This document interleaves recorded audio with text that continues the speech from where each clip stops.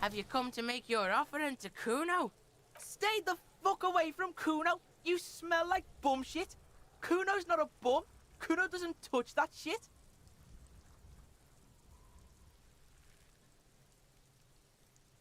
What? Do you think Kuno's fucking 80 years old? Trying to bring me bum juice? Make the Kuno paranoid? Trying to get a 12-year-old hooked on the shit shake? You can pay tribute to Kuno with drugs or cigarettes. Gets Kuno to like you again. Some giant-ass wheels would be nice too.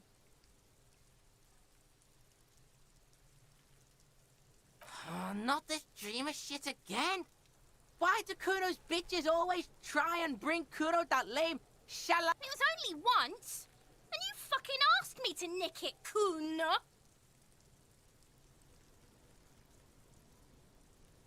No, I didn't. It's fucking Kuno. Say it right, bitch. Say it like it's said. Pretty lame, Orionese name. Nowhere near Kuno. The thought crosses your mind, and then it's gone. Perhaps something for later.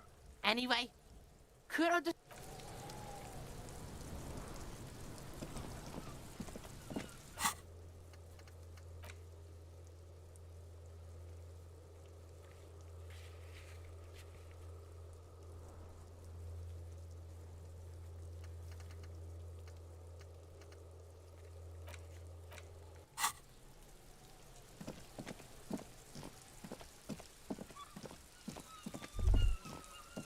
All around you, rain falls on the great city of Revachol. Rain drips from the eaves and floods the gutters, washing the filth away. The spring thaw must be here. The snow is melting. Looking up at the sky, cold water dripping from your hat. Grey sky like great battleships, clouds colliding with one another. Rain falls down on the world. Your shirt sticks to your chest. The shoulders of your jacket grow heavy. The cold finds its way under your skin. You shiver, and the city shivers with you. Capeside apartments. Tower blocks crowd one another.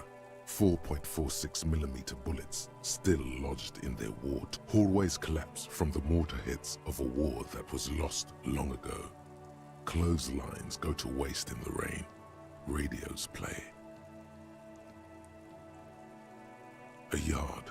Rain falls onto the roof of a woodshed. Coal leaks into a puddle beneath a dead man's feet. He swings from a tree, bloated. Droplets of rain slip from his cold cheeks.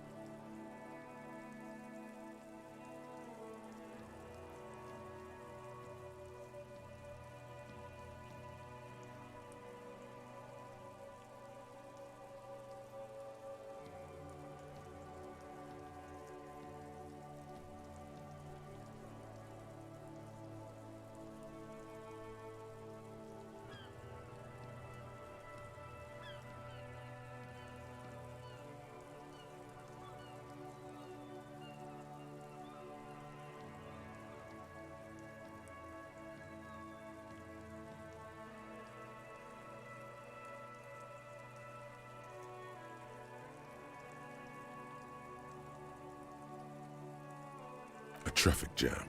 Rain thrumming on the roofs of motor vehicles. Inside, drivers watch water streaming down their windshields. The statue of a king shudders. He too is cold. The canal bridge has been raised.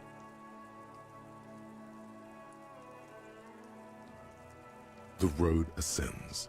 A raised motorway loops above the ghetto. Beneath its concrete columns, a sea of rooftops, woodwork, and tar stretches northward. 4-story buildings as far as the rain can fall. The snows melt in Jamrock. Revachol is the capital of the world. Jamrock is the capital of Revachol. Droplets form on your eyelashes. It's home.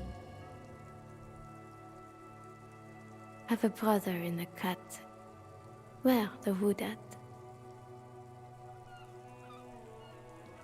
To be in Martinez where no one goes, at the runoff point of a long-forgotten canal, in the whitest part of town, in the shadow of the day the revolution fell.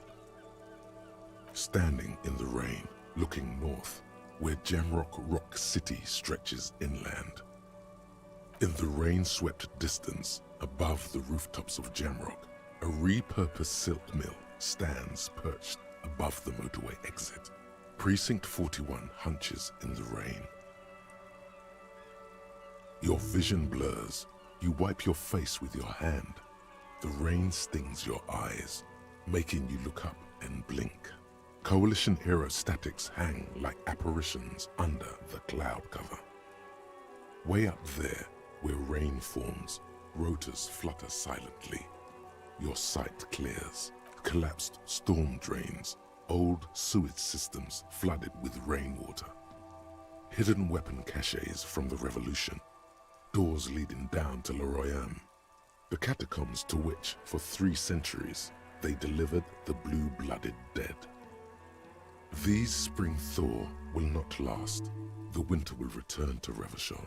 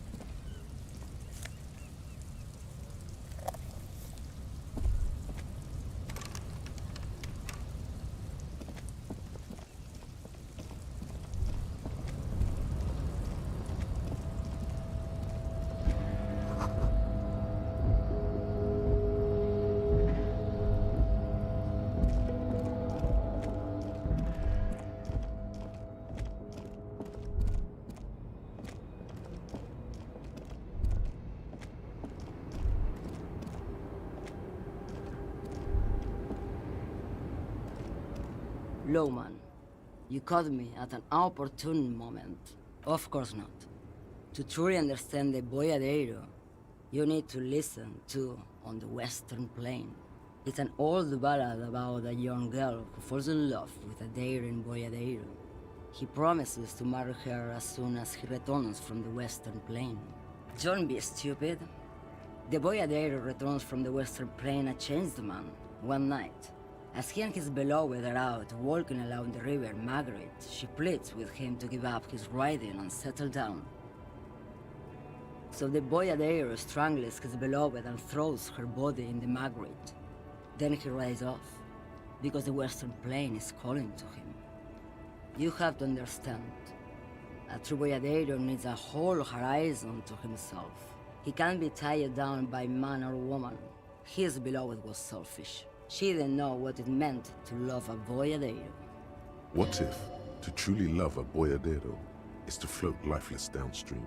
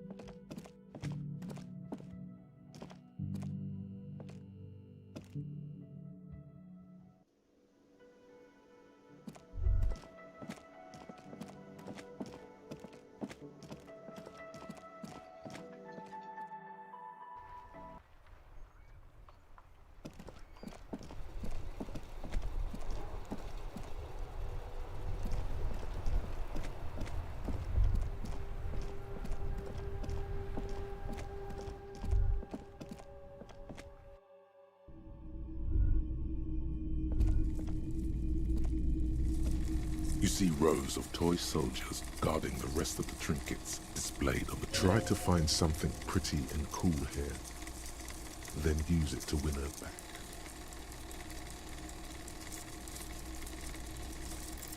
Why?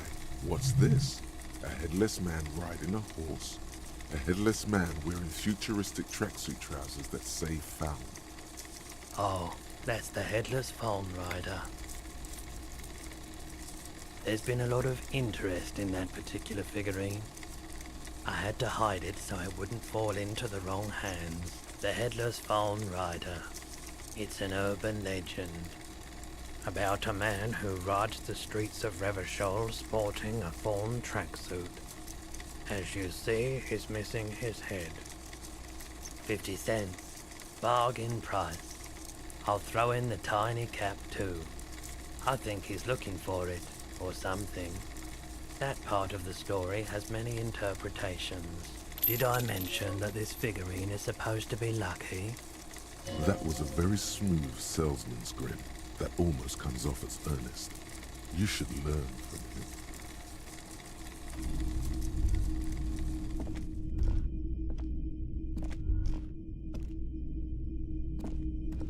Hello, hello. Let me know if I doubt it, but I can try and answer any questions you The corpse behind the hostel, I assume. I don't have a truck with a mounted platform or anything. Ask around the harbour. There might be some workers there who'd be willing to help. I do my best to keep my distance from all manner of butchery. No one likes to see what you have to see every day. The pawnbroker's gaze is... The boomboxes on the shelf look well-loved and well-traveled. One especially catches your eye. Deep gold and amber plastic with a big old handle on top. A classic boombox that says, Stereo 8. This is you. Golden orange. A sunset suite. Just make sure it works before you buy it.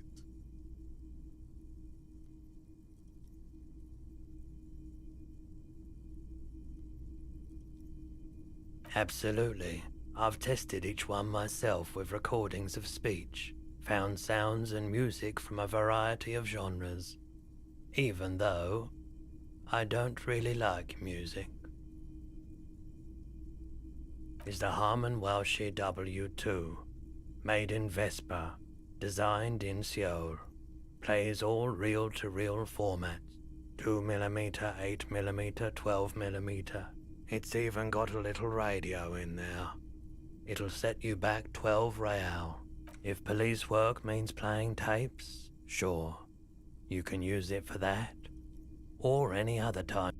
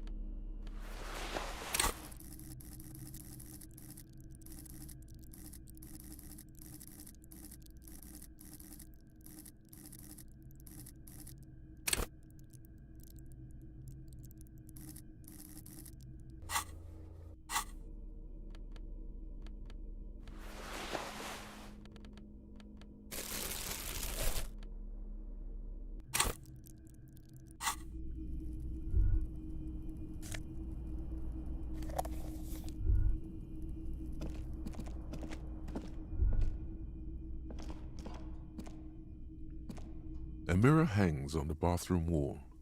In it, your face, adorned with the expression.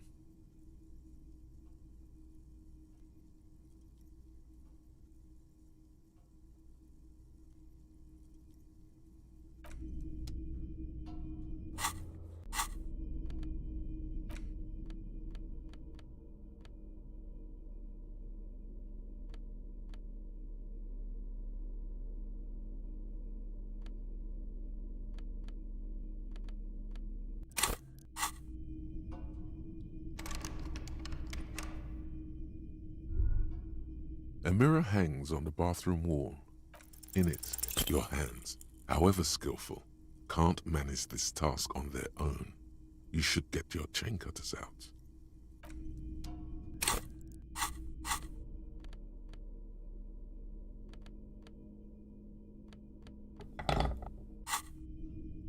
A mirror hangs on the bathroom wall. In it, your face, adorned with the expression. The chain cutters slip out of your hands as you attempt to twist the faucet into place. Well, you know one thing for sure. You've probably never been a plumber.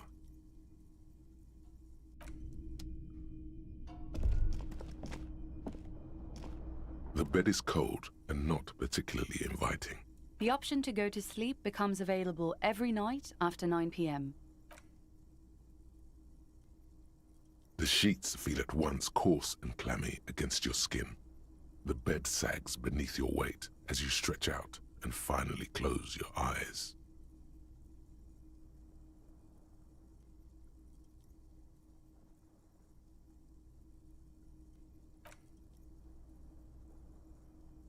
And then sleep.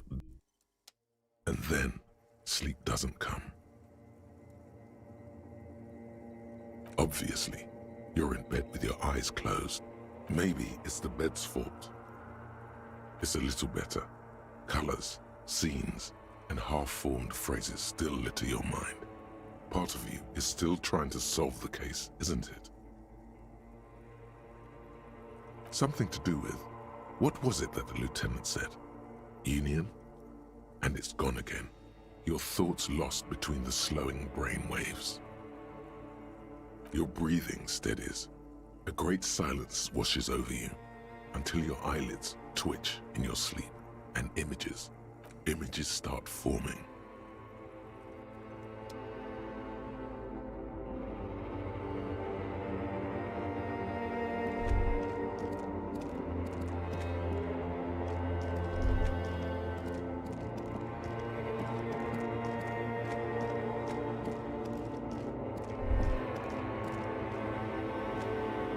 Do you remember the scent of your childhood?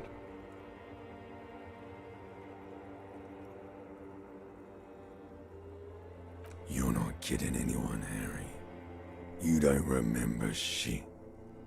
Tell me, do you remember your wife's hand on your face?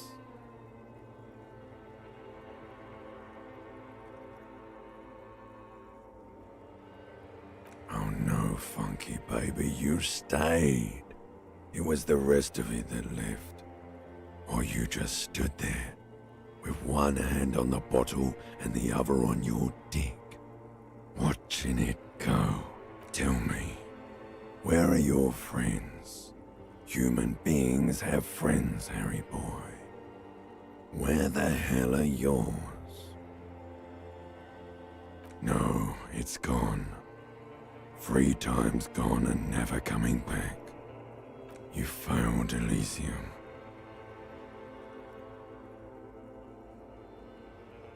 No, Harry. You were just talking to yourself. That's all you ever do, even in your dreams. And the act is wearing thin. The spots of the disco ball fade around you. You'll be back in those cold snakeskins in no time. Stinky boy. Everything. The pale and the useless. On the surface. The outer magnetosphere. Burning, furious truth. 8,000. You really dropped the ball, Harry.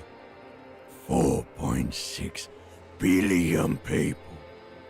And you failed it. You're not coming back from shit. Thrashing around in that high conductivity state of yours. Bumping into things and acting like a clown. Who are you kidding? You're trying to what?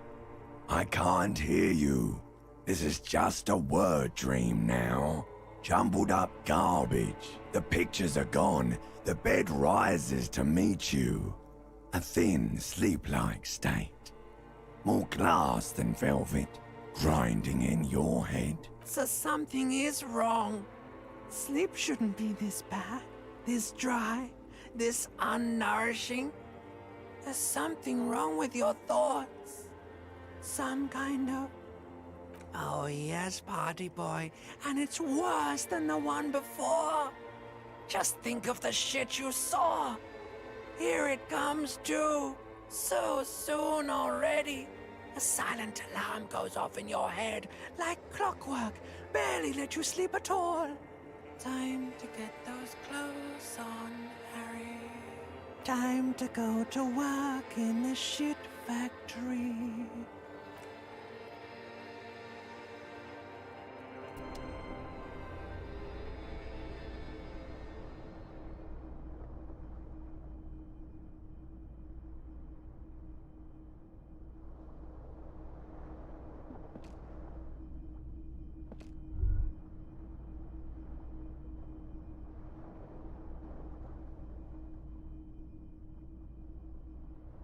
Good going, buddy.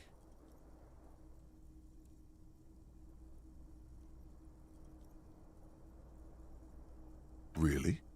Because you feel even worse this morning than you did last night. You mean, why are you so tired? Too tired and down to even think? It is worrying, isn't it? You can't be a detective like this. Detectives need to be able to think.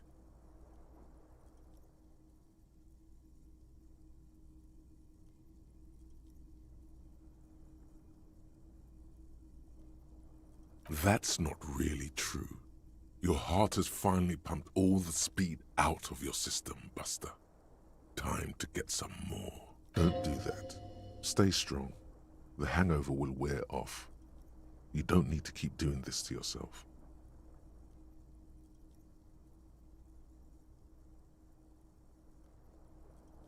Of course, Martinez is Speed Central. You and Speed will be happy again. You...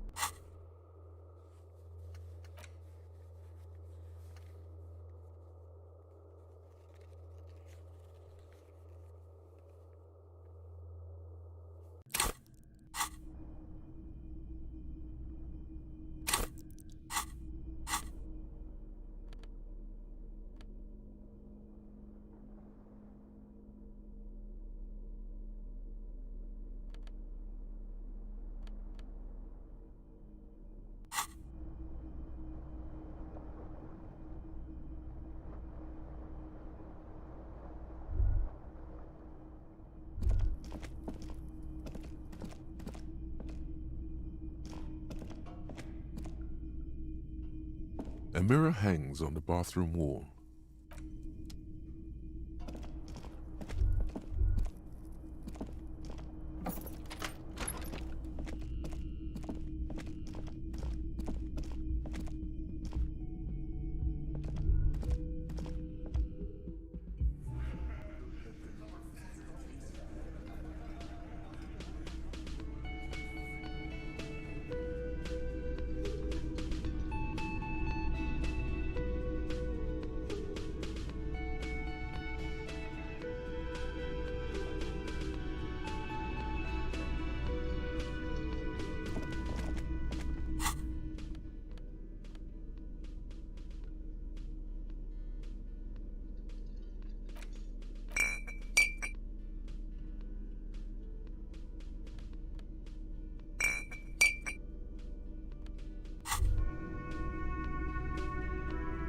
Now that you've acquired some stimulants, it's time for a little pick-me-up. Time to detect.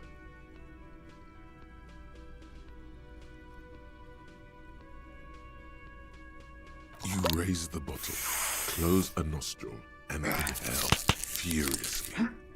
The rush is almost immediate. It tastes bitter and caustic and stings a bit inside your nose. Now the taste is slowly receding into your throat. The rush is growing in intensity, your little heart pounding like a bird in a cage. A sweat breaks out across your brow. Your jaw clenches. Time for a little truth. Tell the lieutenant you did some. Clear the air.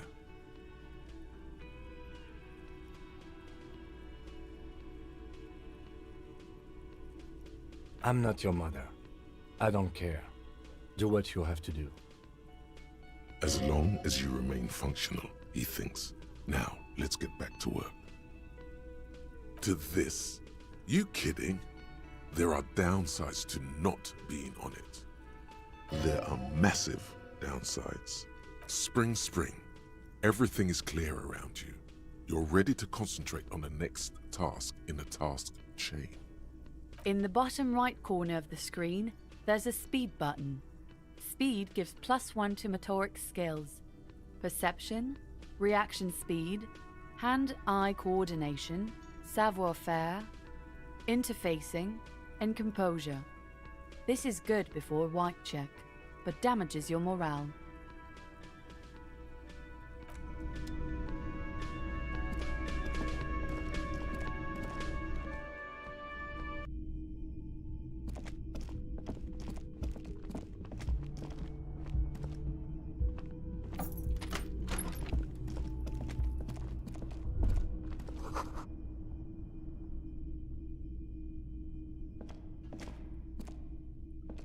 A mirror hangs on the bathroom wall.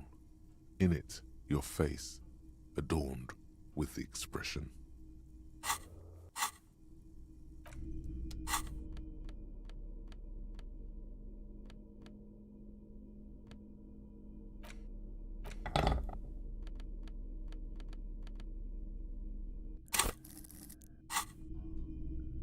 A mirror hangs on the bathroom wall.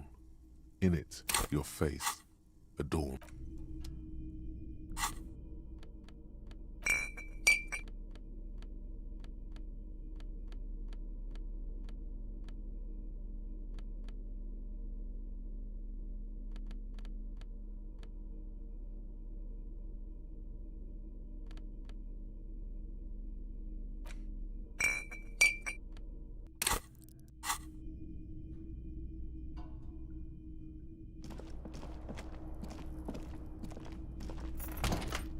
Morning.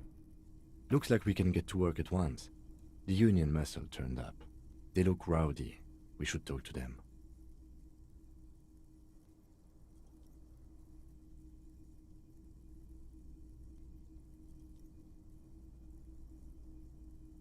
One more thing before we do.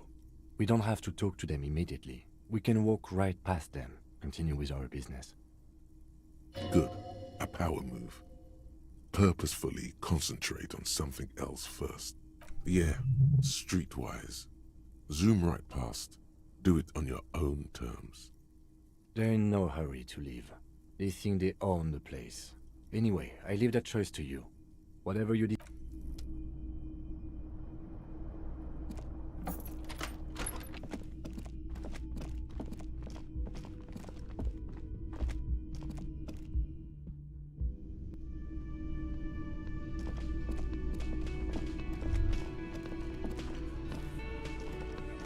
Let me handle this. You seem a little different today. Less hospitable. You are far from home, Lieutenant. This isn't a district known for its love of self-proclaimed militiamen.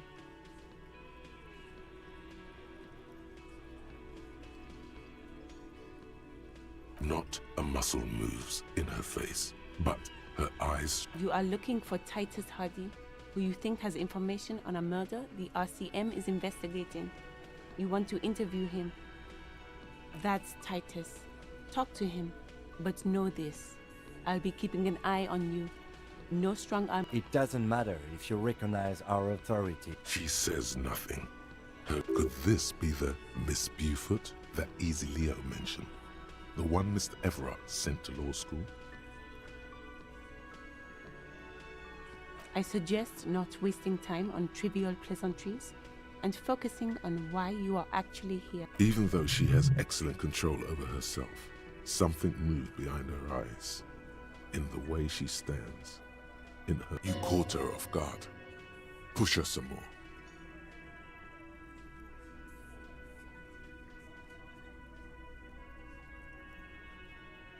You are not here to chat up the legal counsel. You are here to question these men. You set the pace and the topic of these conversations here.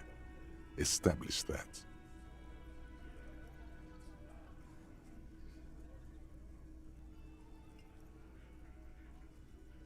I represent the Union and these men here.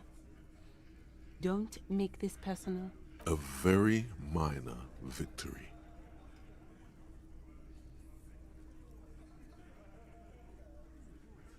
What you want is of no significance, officer. Don't test your authority. In Martinez, you are no one.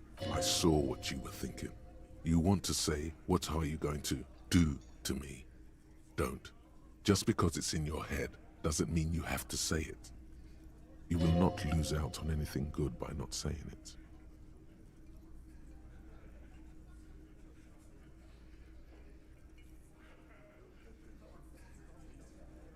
Obviously, I'm a lawyer, a legal counselor for the Dock Workers Union.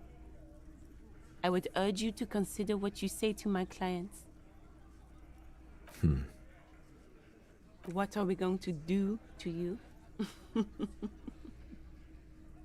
You were specifically asked not to say that, and then you said it anyway, you junior delinquent. But you still did. The Union isn't going to do anything to you. It is... Goddamn right it is. If anything, it is the RCM who do things to people. But we digress. Aggressive? You make your living enforcing violence. These people are just dock workers. So you were spying on us, and now you represent murder suspects. Just dock workers. Listen, you moral intern lackeys. You're a mob, enforcing the unlawful privatization of Revachol. 20 fat men in the Occident are stealing it all, and you're their bodyguards. Fuck yeah. So ask what you came to ask, or get back to your commanders.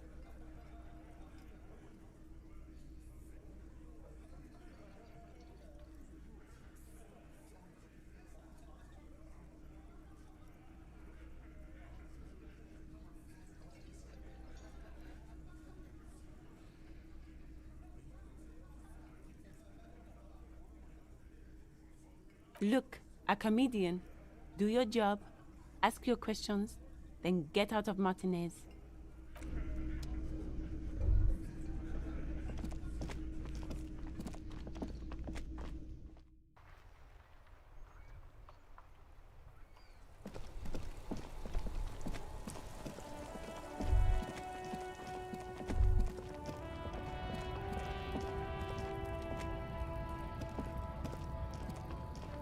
Welcome to Revachol.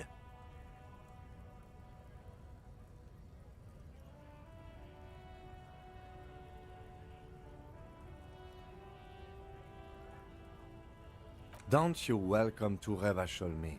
My grandfather came here from a 3,000-year-old racist isolationist culture, while your ancestors came to this island a mere 300 years ago.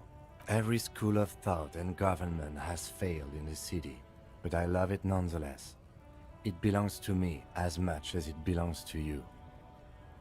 It's men like you who keep Revachol divided, making it that much harder for everyone to climb out of this post-war limbo. Oh, come on, man. I just said, welcome to Revachol. It's a... I know exactly what you meant.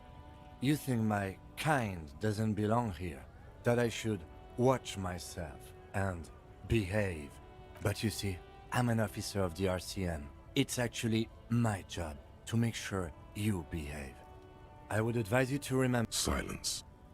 Your partner needs backup. Now's your moment to shine.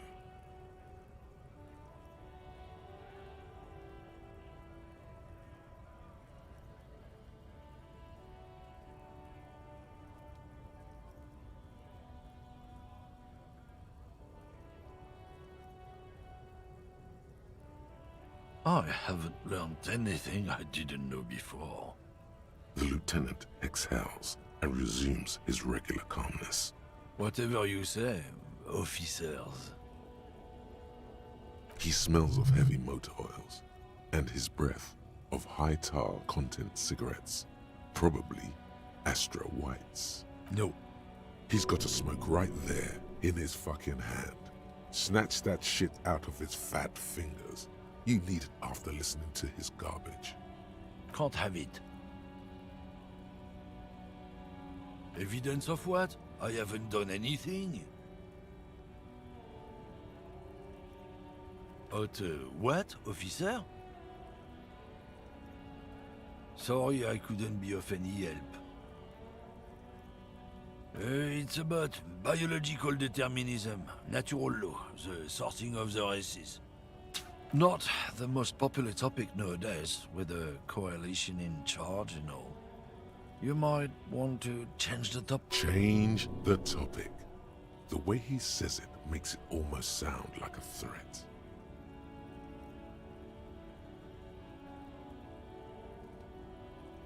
I'm not just racist. Look, I've read books, huh? The science of racial theory has all been proved, even if some people don't want to accept. People who've studied these things say that you and me are superior by design. So, naturally, we Occidentals should be in charge. Obviously, you can see the merits in that.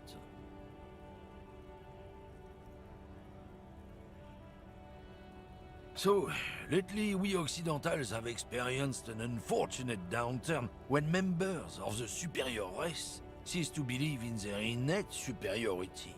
This concerns you, policemen, so you better be vigilant. The damned kids are showing up good lately. Same with the mosquitoes. And the other intruder species too. They're on the precipice of cultural victory. It's true. Also, you need to realize the dangers of mixing races. Who knows what might happen if people don't stay in their birthplace? You might end up with a new sub-race, with unknown characteristics, leading to extra competition. That's why you've got to control the offspring.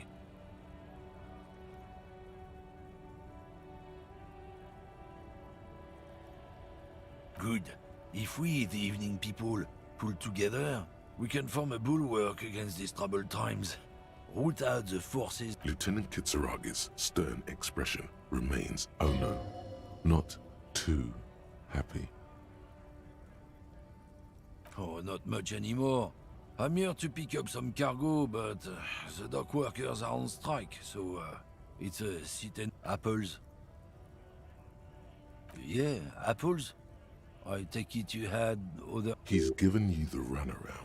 Let's be honest, you were bested. Drugs? They're shit, man. I don't let anything pollute my body. You know where that shit comes from? Sarah Miriza, Safre, Ilmara. They take the money from our local junkies here and then use it. They know they can't beat us in a fair fight, so they have to get us to weaken ourselves somehow. It's racial sabotage, racial economic sabotage.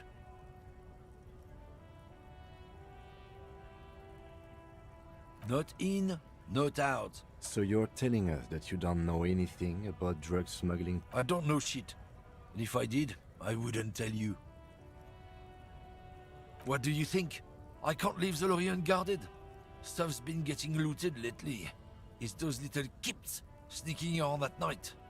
If they touch my stuff, the bosses will be on my ass like ass cancer. Isn't it obvious? Fucking Sealang, that beady-eyed South Samaran. His little side business is a scam. I wouldn't be surprised if he was peddling drugs at... Of course he's a lorry driver. What? He tell you he's just some simple businessman or some shit? He's selling his employer stuff after he broke the seals on his tribe are natural liars. It's in their blood. He's your man, alright? 100%. I wouldn't be so sure about it. Not until we've heard what Sealang himself has to say. Guess so.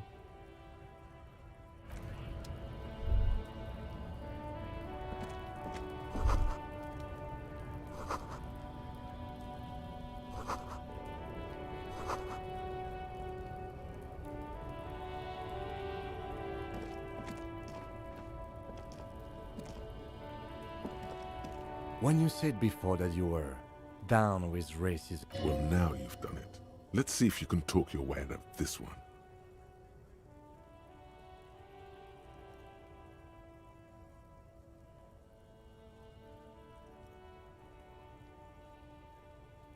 I suppose that's a relief.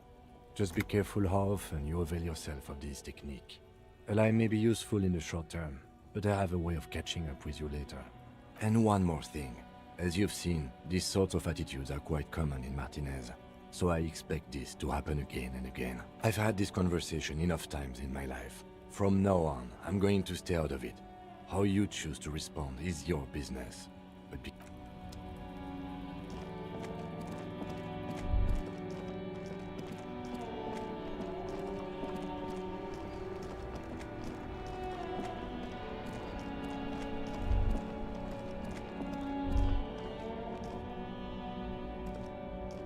Everything's still cool here, officer. Drugs? I don't go in for that, officer.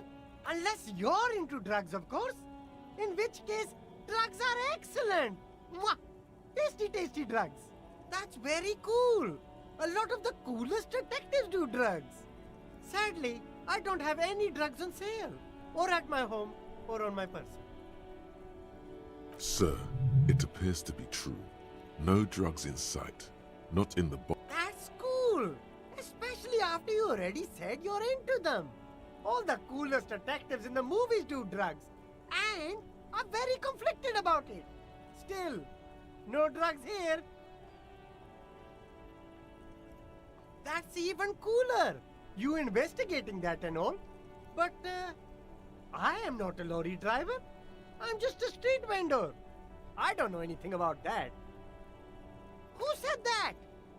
It's the fat racist, right? I bet it's him. He has an agenda against me because I'm an immigrant who works harder than he does. He's a hater. So you admit you're a lorry driver? No, I just said I work harder and he's an asshole. Realizing he can't get out of it. Smart man. Okay, maybe I'm a lorry driver too. A little. But that's not the most important thing about me. That's my day job. This is my dream.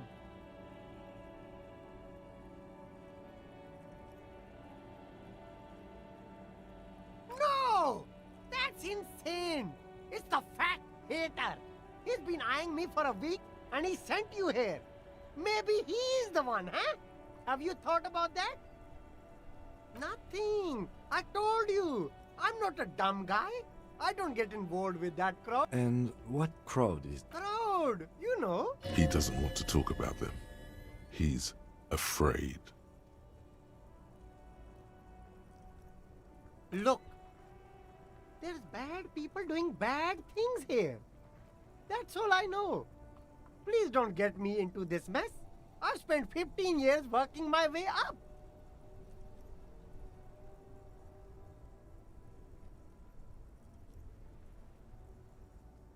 It's a she, okay? The other drivers call her the lady driver. You're better off staying away from her. The way they talk about her. Interesting.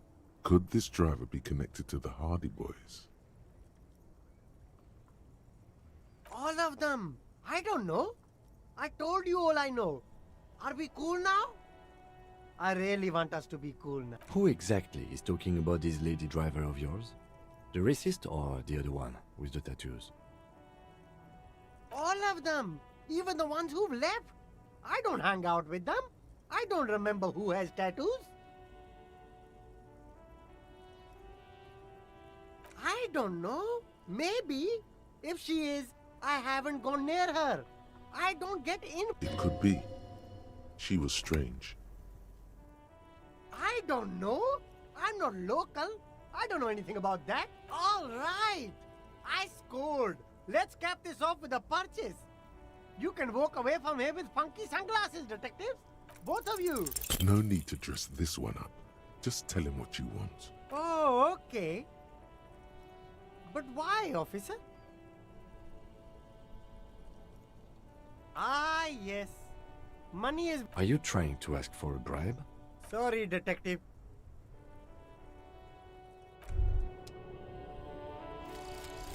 Revacholian nationhood. The Revacholian state will be a serene place. You should get a drink. A beautiful, serene place of mystery and peace. It will not be a place for women to infect with their frailty and hysterics, or where the Seminese will be allowed to wear their pants around their ankles. All of that will go once you get a drink. The socialist professors at the École Supérieure will be fired. The editors of Trompe le Monde will have to beg in the streets. You'll pour beer into their begging hats and laugh.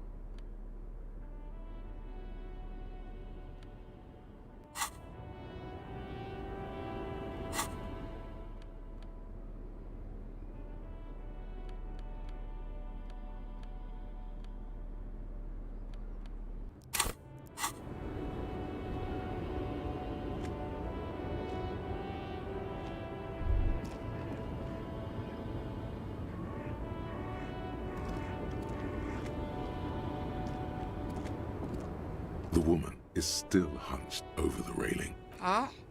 What is it? What do you want? Did you just call me a lady, Herife? She clearly doesn't think she's a lady. Don't repeat it. I'm not that either, Herife.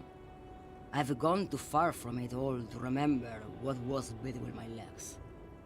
It doesn't work like that on the long haul. I'm only terrifying to small children and to those who used to know me. Because they can no longer recognize the person I once was. The big ones, the trucks. There's no women and men there, it's all just... In the middle of this town, there's a ghostly motorway. It takes all the people where they want to stay. You feel very cold suddenly, as if standing face to face with a terrifying adversary. Then the feeling dissipates, and all you see is an aging woman. How should I know? Do I look like I spend a lot of time with the other communers sniffing around, when I have my movies to go to? How should I know? Do I look like... Oh, Sim. Something in her is pulling towards some unknown rest state. She twitches, like a sleep kick.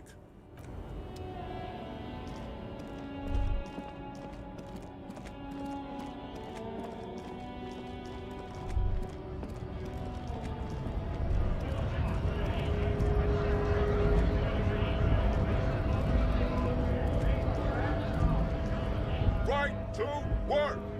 Right to work! Shame on you!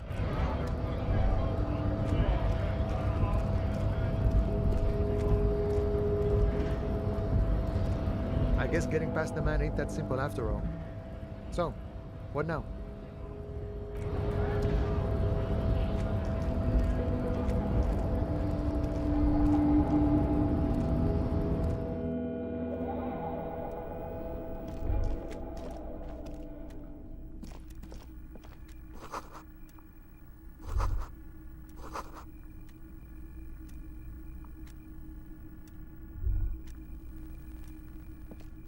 The already familiar cold touch of plastic welcomes you as you pick up the handset.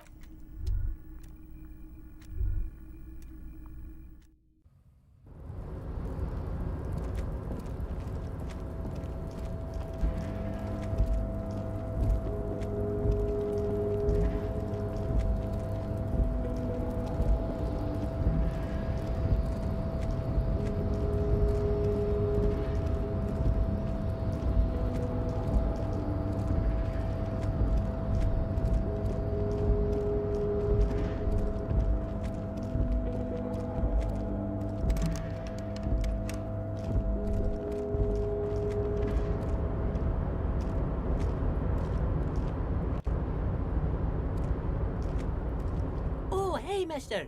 I'm not gonna bother you with a long greeting, just...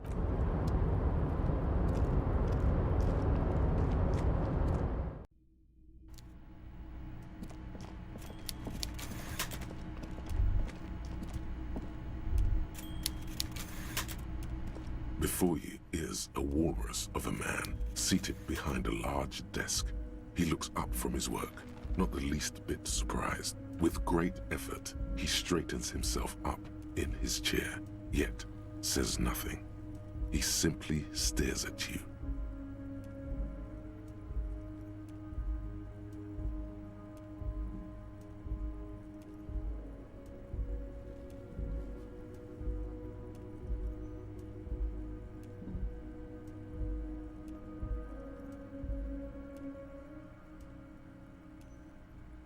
A typical power play. Wait for him to speak first. Show him you've got a backbone.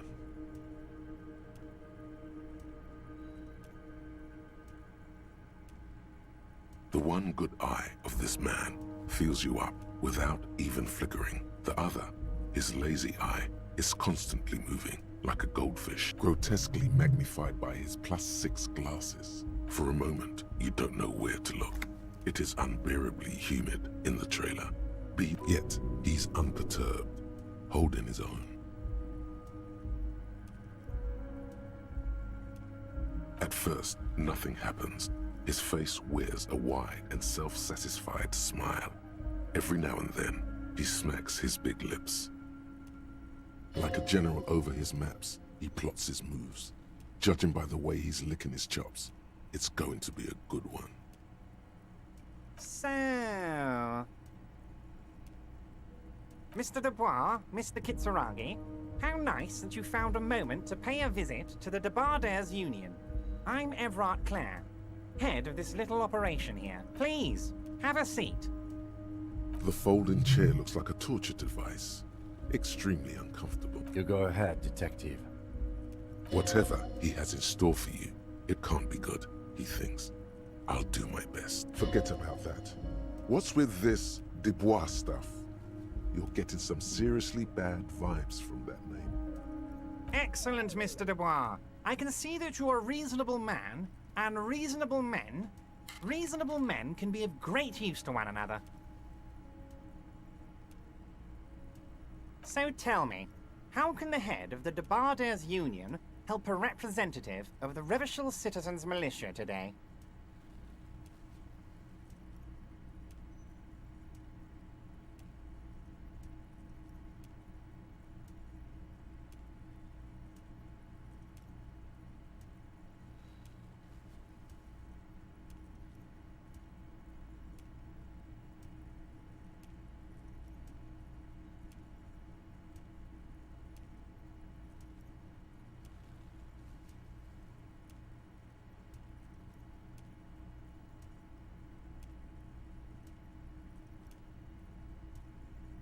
chair you're sitting on has got to be the most uncomfortable chair in the world. Oh, by the way, I heard you got a rather rude reception from a certain Lawrence Gart. Some people have no manners, it pains me to say. This should take care of that nonsense. It should be sufficient to cover your expenses for a few days and patch over your differences with a cafeteria manager. Wow, that's 25 real. That's good money. You need it.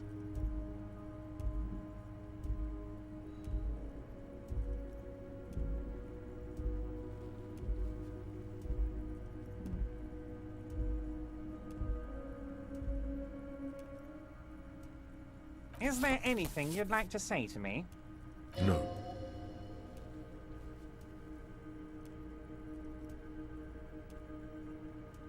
Cool? I wouldn't go that far. I'm sure there are cooler things than delivering a comically oversized novelty check to a cafeteria manager. But, sure, if that's what's cool nowadays. Now, I'd like to set your mind at ease about one other matter. Your lost gun. Let me assure you, you need— His slug-like lips move, but all you hear is an echo. The world is swallowed by a black hole of fear. Only 2 words escape its gravitational pull. Lost and gun. Are you all right, Harry? You seem anxious. Don't be. Everything's going. It's not like you left it loaded. You didn't lose a loaded gun. Local children aren't out there playing with it right now, pointing it into their own mouths. It's in a safe place. I just know it. I have a feeling every— God, you're sweating. Your knee is jerking. You're about to cry, aren't you? You're about to cry because you lost your gun and those children are gonna shoot themselves with it. You want to cry? God, you're weak. Whatever you do, don't cry. You'll think you're this— Mr. Dubois, you don't— What is this Mr. Dubois he keeps repeating? What is he trying to pull here? You need to cool the fuck down. Chill. Mr. Dubois! Mr. Dubois! Harry!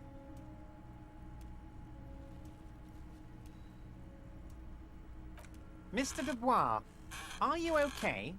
Can I get you a glass of water or something? Maybe you could use your hands somehow, in a kind of throw-in motion, like you're throwing that Mr. Dubois act right back at him. He's Mr. Dubois. What an odd demonstration of— you got me, Harry. I don't even know what. As entertaining as it was, I'm afraid we're wasting our time. And I'm an extremely busy man, as I'm sure you are too. Okay, enough. We are here to ask you some questions pertaining to a— Quick, here's your window. Get yourself together and ask him questions. It is about time to stop embarrassing yourself. Questions will help you regain some of your lost dignity.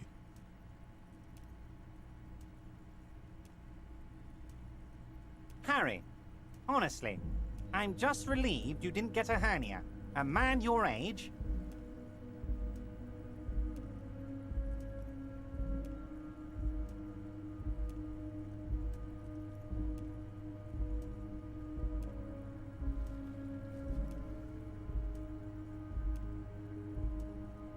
Yes, Harry. You are obviously in peak physical condition, and I salute both your initiative and your physical prowess. Very impressive, Harry. Anyway, I assure you, I am a very well-informed man. Information reaches me before I even get the chance to request it.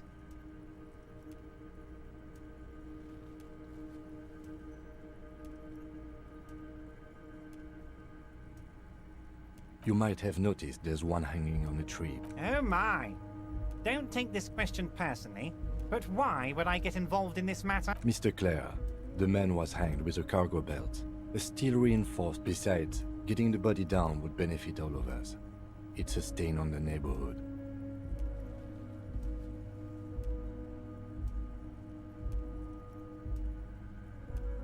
I can certainly see how having him up there might start affecting some real estate values.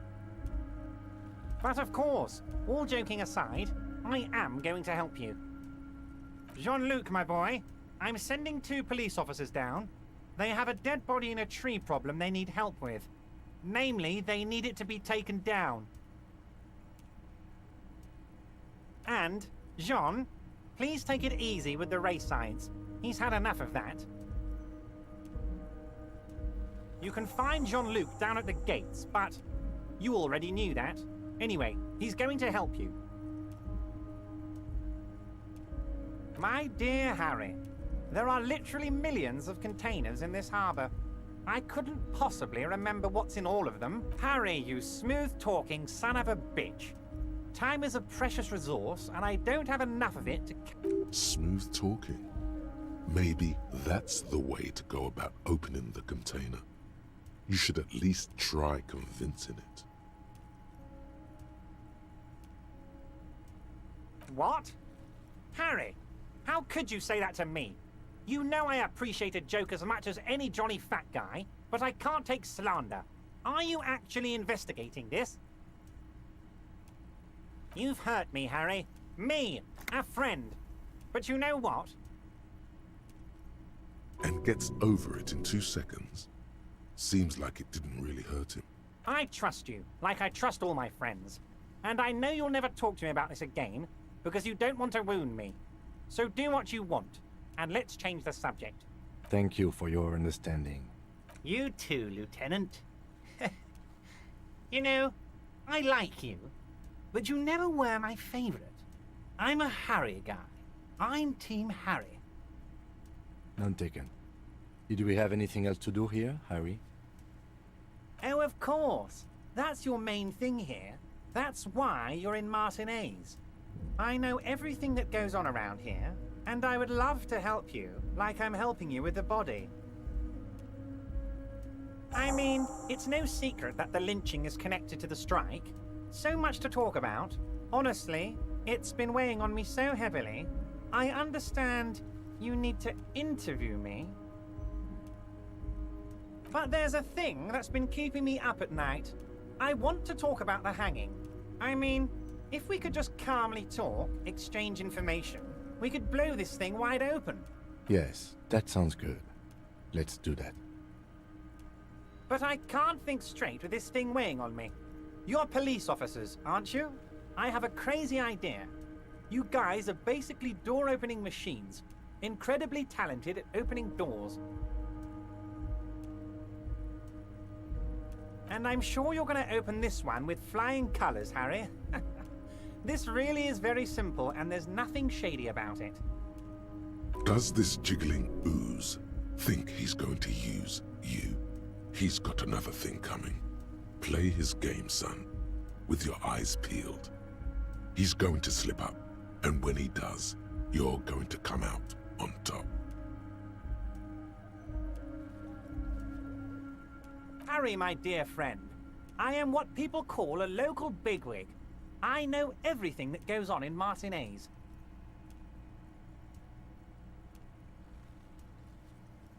Harry, I'm a very busy man, and more importantly, I don't have that extraordinary physique you do. You look like you could run around all day. You want to send someone a message that the police are working for you. I repeat, I'm a very, very busy man, Mr. Kitsuragi, and therefore I must occasionally enlist outside help. So what will it be, Harry? Oh, no one's. It's just a weasel. A weasel lives there. Nothing for you to worry about. A loud blabbering weasel. When weasels feel no one is watching, they start acting foolishly. Just go there, unlock the door, and leave it open. It's been such a burden on me, Harry. I just want this to be over so I can discuss business with you.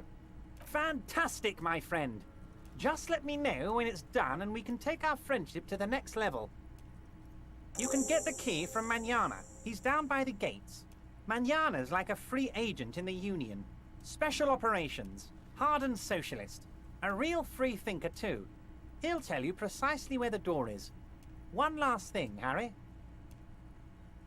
Just open the door. You don't need to go in or anything. I just want that weasel to come home and see the unlocked door. Oh, that's very nice. I haven't gotten around to her yet. I'm very, very busy, you see. One thing I want to make very clear, Harry, is that this is not some kind of union versus corporation situation. We're all trying to do what's best for Martinez here. Don't feel like you can't cooperate with her, because you and I are such good friends, and I'm helping you get that nasty body down from the tree. I'm not a jealous guy. Whoa, that's so nice of him. Suspiciously nice. What do you mean, Harry? Nothing. I let him go. He's an old man, Harry. I wanted him to spend more time with his family. God knows how long he's got left. Harry! I have little people in my organization. I would never call someone a midget. What is this? Honestly, I'm beginning to think you're a midget, Harry. I'm only kidding, Harry. You're not a midget. No one is. We're pals. It's hard to say if he really lost his temper, or if this is another one of his tricks. This man almost never angers visibly. Yes, yes. Low balling, of course. This isn't a casino, Harry. Real people, real livelihoods are at stake here. But everything's a casino for those rich types. His expression makes it clear. This is childish and irresponsible behavior.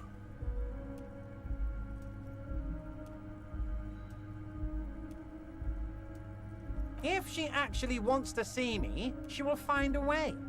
Any good negotiator would.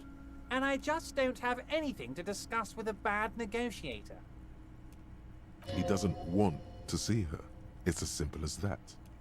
I'm just a nice guy, Harry. I wouldn't be where I am now if I wasn't nice. Politics is all about emotions, and I want you to have positive emotions when you think of me. Okay then.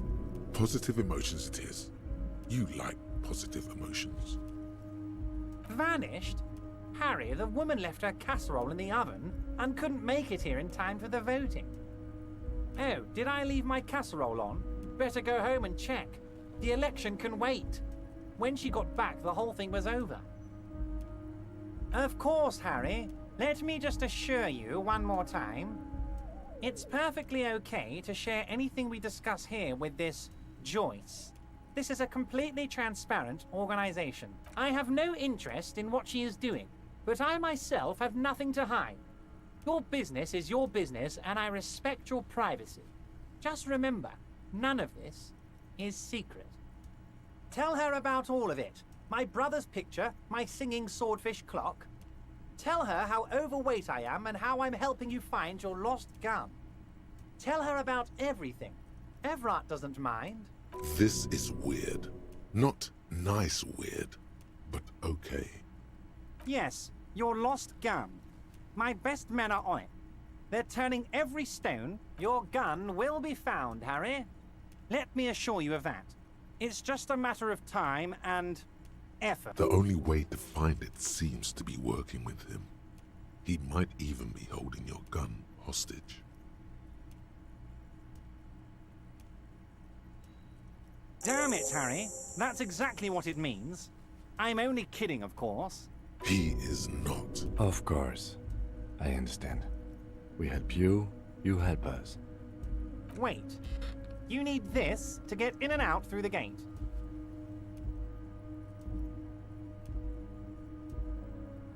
Here. You're one of us now. A real red and white you.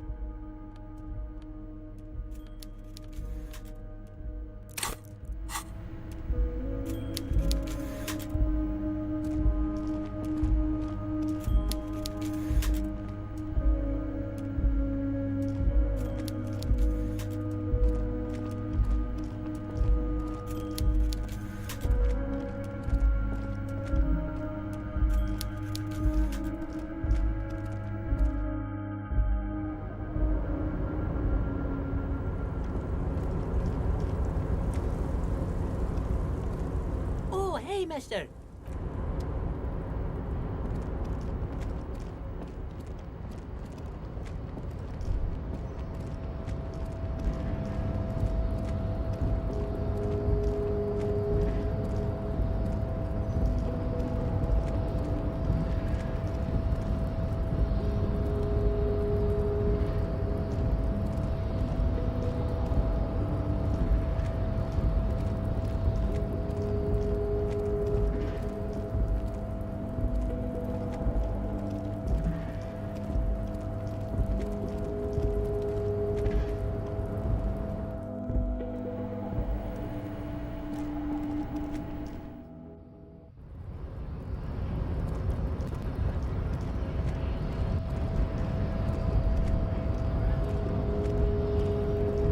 The unpromising race pupil returns. I am not the first line of defense. I am the last. In addition, these so-called Hardy boys are an effeminate clique of bodybuilders. Their company is spiritual. The Hardy manlets are on the pay of the company. I answer to the union alone. And I do this out of now leave me be. So it was. You surmounted the harbor wall in a display of athletic prowess to reach my superior.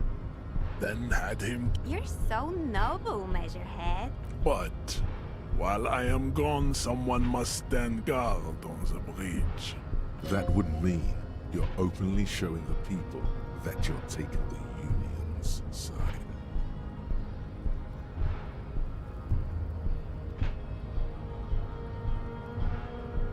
This is the uncomfortable result of not taking it on ourselves. I can live with a compromise. Listen to your little babe. See that they stay here the whole time.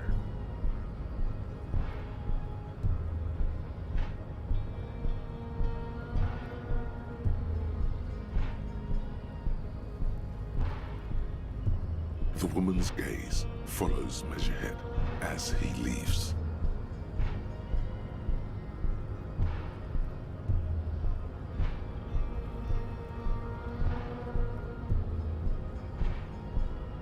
So, you guys are like cops or something? Cool, I like men with guns and power. I'm Katya, by the way. You hear that? That sound. Yeah, Jean-Luc must be really tearing it up over there. I wish I could see it. Look at you! RCM rent-a-cops! Guarding that bridge like Everott's lapdogs! Is this where it's at now? And who are you? What is your business here? Why are your clothes 4 sizes too small for you?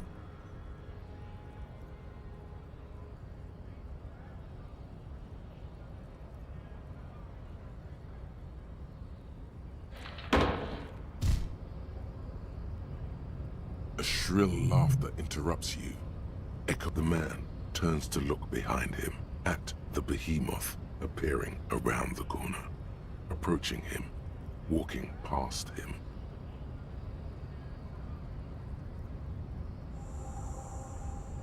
The corpse has been removed from the tree. Stand down and congratulate yourself. You have sided with Ray's victory today. Farewell, ham sandwich. You are a Union man from now on.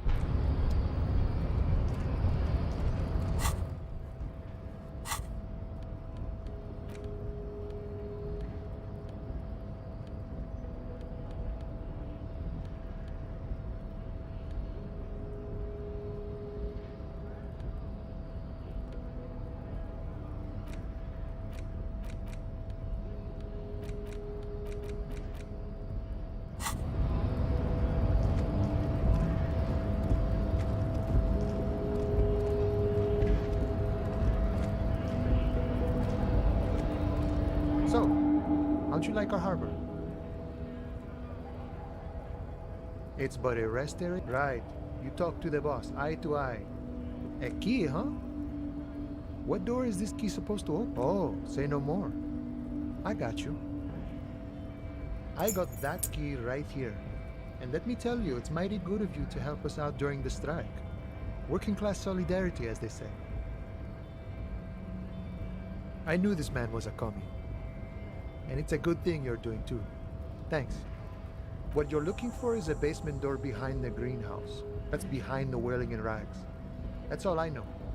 Our organization is what you call Okay, but where did you get the key from? The janitor gave it to me. Nice fella.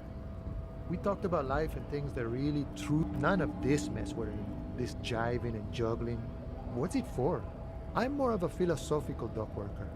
I like to talk about the big picture stuff. Who I am, who you are, what we are fighting for. Who he is and what they're fighting for. This is...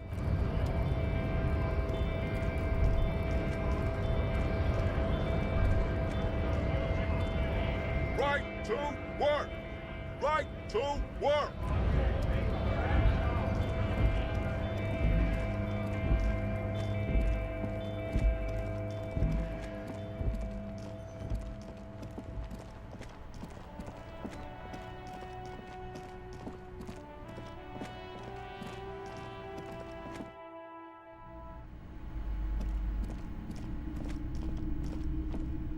You see... Excuse me, officer. She's right.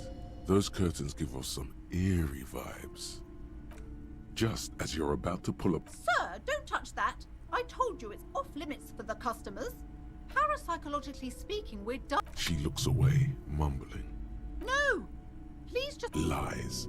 Rip them open. There is something mysterious about the curtain. You see a tattered set of curtains and a polyhedron-shaped cage-like trinket. You see... I warned you. You're...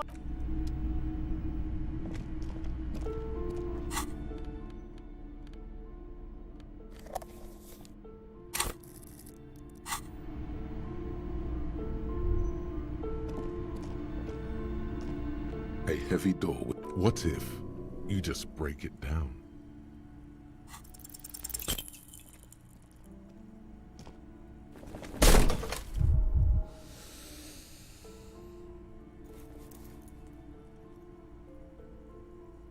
Ow.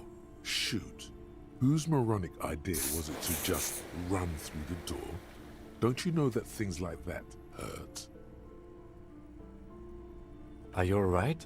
What is going on? I warn you. It barely looks like you've done any damage to the door, however. That's right. Take in your surroundings. Steady breathing. The room is dim. It's made of a solid block of wood, but it has stood there for ages.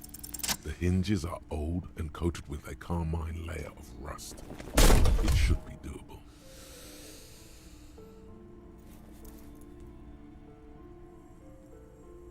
You smash into... You're not thinking of trying again, are you?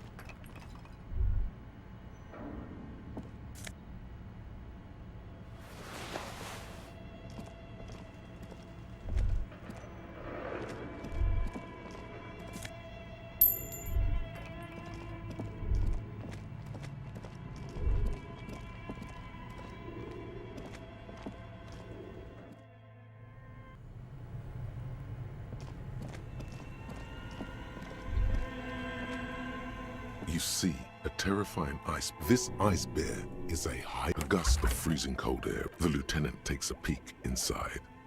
Of course. Just let's take a look inside. The shelves are empty.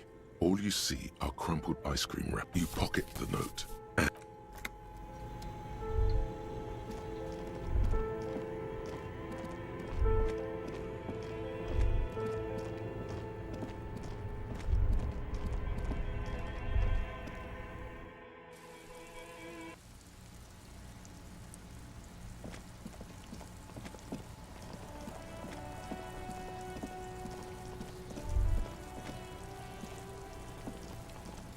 corpse lies on the ground among the remains of an absolutely demolished pinewood branch. It's gently laid on one side. Mr. Measurehead has done a good job. Nothing is too broken or compromised. The victim is ready for a field autopsy. Yes. 1. Investigation of the scene. 2. Initial examination of the victim. 3. Field autopsy. 4. Transportation of the body to the morgue. We are on number 3. The fuck are they on about? Cop's gonna cut his shit up.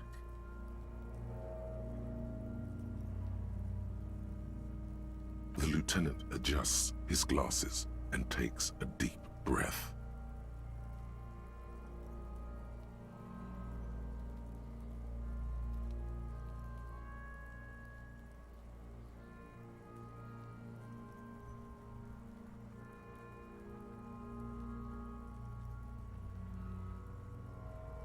Shoot, Looney Rooney.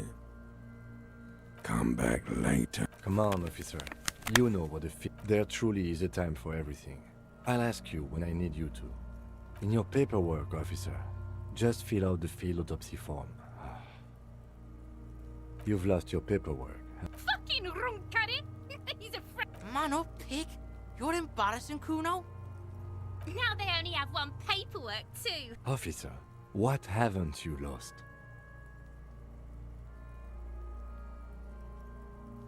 Maybe you should. I can give you my paperwork. There's an autopsy form there. Several, actually, but only if it helps move things along. Right. The autopsy form is near the end. The dead man stares in silence. Above those, an 11-field info form needs filling out first. It begins with... That's you. Not an energetic start. Pig's messed up. Just leave it empty. The corpse lies there. KK57. Next. NA. NA. Roughly. The corpse looks teeming with opportunistic... Mondial. The pudgy... Fucky! Male. Pigs can have sex! Nor does he look mad. We're still going with March 4th. 51. What else? 9. KK50. None. A strange word. Treatment. He places his your central nervous somewhere in Jamrock North. A small wood shed elsewhere yet. An obese female sits in a wicker chair, her silhouette ball-like against the window. Outside, Grand Coudon. The day is turning dim for Sergeant Mac Dawson. Hand extended, he approaches. The building is tall, 7 stories, wind-wrapped in solitude. Most of the apartments are unoccupied. This and so, all across Jamrock, Coal City, GRIH. We should start the post-mortem. The corpse cannot feel Kim's hand on his chest. Clothes. The deceased wears armored boots and white briefs. The make of the briefs is Babrodine, I think. Let's see. See, it's happening. Babrodine, yes. Inexpensive. The disappointment is palpable. The red-haired thing was expecting something more lurid. The boots are ceramic, vitreous enamel. They are fused to his skin from blood flowing downward post-mortem. Removal of the boots is left for processing. Tattoos. The upper torso is covered in a single, continuous tattoo, resembling a map of the night sky. It reaches from the right shoulder to the heart. The ink is blue and white. The assistant has a color photograph of the markings, to be added to the case files as document A1. The photo is the deceased has a cargo lashing belt around his neck, tied with a hangman's knot. Color yellow. Length 3 meters. There is a buckle on the other end. Well-nourished, athletically built, measuring 1.8 meters. Body hair is light brown. Distribution is consistent with age. The deceased had male pattern baldness. Hair is combed back, short. Lividity is consistent with hanging. The head is congested. Contusions are present on the head, chest, and thighs. Fucking low velocity. You think Kuno doesn't know what you're talking about? Talking shit about... In addition, there are bite marks on the face, scalp, and chest. consistent with predation. Ligature mark. The steel wiring. There's too much of it. We need to remove the bell so we can get to the ligature mark. You got just the right tool for that. The chain cutters.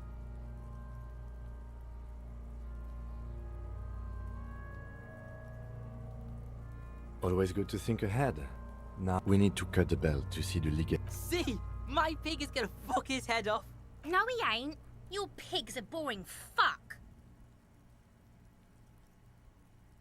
The belt is equally tight around the whole circumference of his neck, swelling over the edges like white bread rising from the east. After some deliberate snap, the knot is slashed.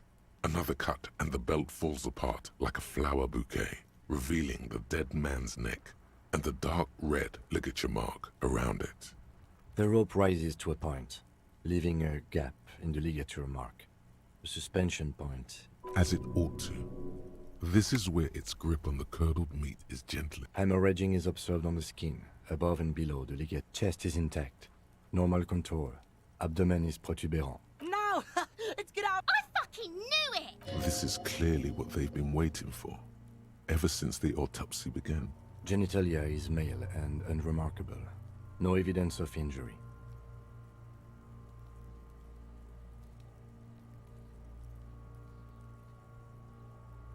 Ah yes, your hunch before. We can have a semen analysis requested from processing, if that's what you meant. Mm-hmm. The corpse with his pants down does not have an opinion on the subject. Back is symmetrical and intact. Upper and lower extremities are intact, but asymmetrical. There are combat injuries on the right hand, thigh, and hip. Bullets have bitten little pieces out of him. It must have been excruciating, especially the hip. Before you is a temple of pain that knew little tenderness in life. In addition, I see smaller, residual scars, too numerous to count, covering about 30% of his skin. Mm-hmm. We have last item, hands. His flesh is cold. Ice. Pleased to meet you. Where are you from and what's your name? I'm only fucking with you. I know where you're from. From Cappadocia. And your name is Il Kobo. What can I do you for? You get me, Kobo. I feel like you were once, for tenderness and kisses yourself, but then shit went south and now you're ahead of even me on the pain front. We should do this more often. Hands are clean. No sign of injury from struggling. I was. Maybe I'm just not seeing them. Ooh. That's all for the external. Central nervous. You don't even have a joke. Musculoskeletal. With his... Yeah, Jack, that The hyoid bone is fractured. The rest of the musculoskeletal system is intact. Respiratory system, oral cavity. From here, it looks as though the clown-faced man is screaming. The tendons of his jaw are torn apart. No scream. No sigh of relief rises from the darkness. No, you don't. You can keep it in. You manage to suppress the contractions trying to enter your stomach. There are ancient mysteries down there, Kobo. Hemorrhaging present in mucus. You manage to suppress the There are ancient mysteries. Hemorrhaging present in mucus. Hepatobiliary, Na. Same for toxicology and serology, Na. Unless you have untapped reservoirs of knowledge there. We already have one test, as per regulation. Pigs requested semen like it's... I'm not even interested in these boring mulkus anymore. I haven't sucked him off or anything.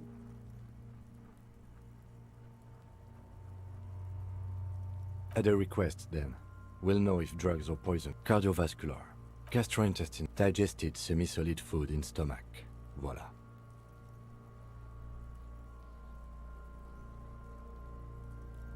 What's next on the list? Let's see. We have Bite marks, contusions on head and chest, and head, chest and scalp bite mark injuries. Predation by birds has caused damage to the body. And your opinion, officer? Agreed. Next in. So, the scalp bleeds from a post-mortem head injury. A stone. At maximum? Has confessed to causing it at maximum velocity. Coagulated blood sticks to his scalp and chest, where the countless stones have hit the dead man, beneath the description of injury. Right. Next. A dark red abraded ligature mark encircling the neck, with a gap on the nape measuring, let's say, 7 centimeters. The hyoid bone is fractured, the cervical column intact. I see hemorrhaging on the skin, above and below the note. 2 customary boxes wait to be ticked. The man's head jerks to the side. The ring around his neck is visible. That's it. We have established cause of death. It's not much, and it leaves much. Let's wrap this up. I pronounce this field autopsy over. Well, we requested a test to be run on the genitals. That was the règle. The results should arrive in a couple of weeks if we were thorough with the list of injuries too. Oh yeah, well done, Master Detective. Maybe a drink is in order? Now we put him in a body bag and I drive him to Faubourg for The lieutenant looks at the dead man. He's thinking, did I miss something?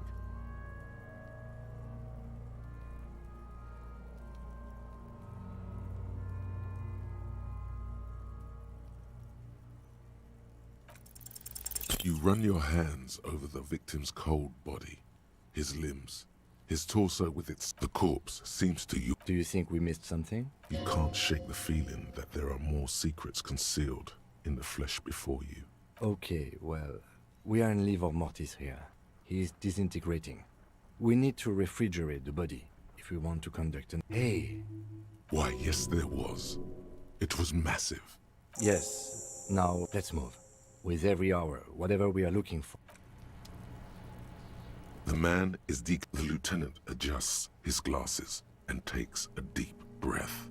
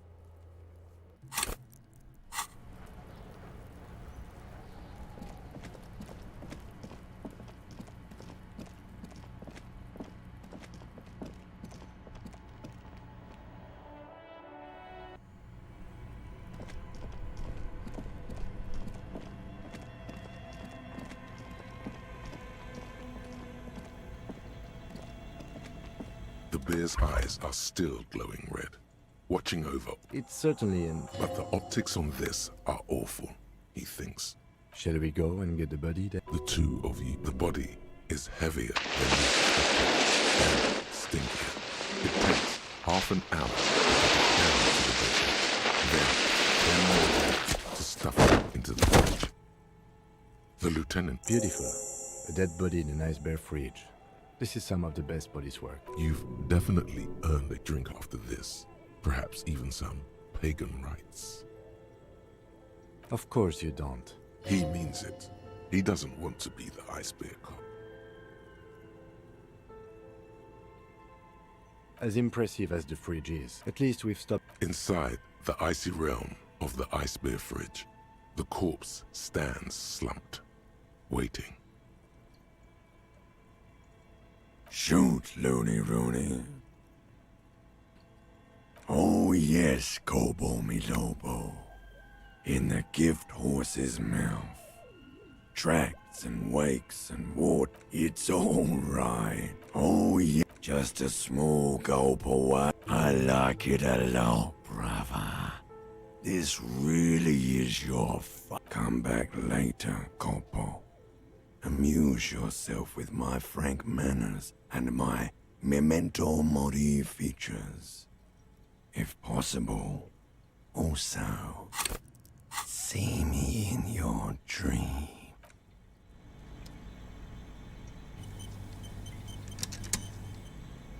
The bear's eyes are still glowing red. You touch the dead man's body. His skin is cold, light blue and silvery in the light of the fridge. It'll come to you sooner or later. At least he's safe here.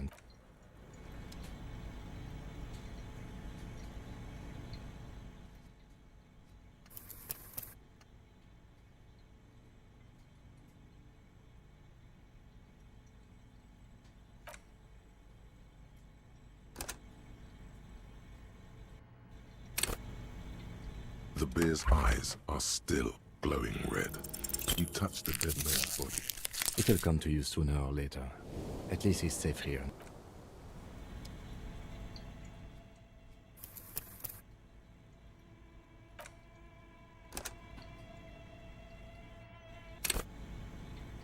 The bear's eyes are still glowing. You touch the dead man's body. It'll come to you sooner.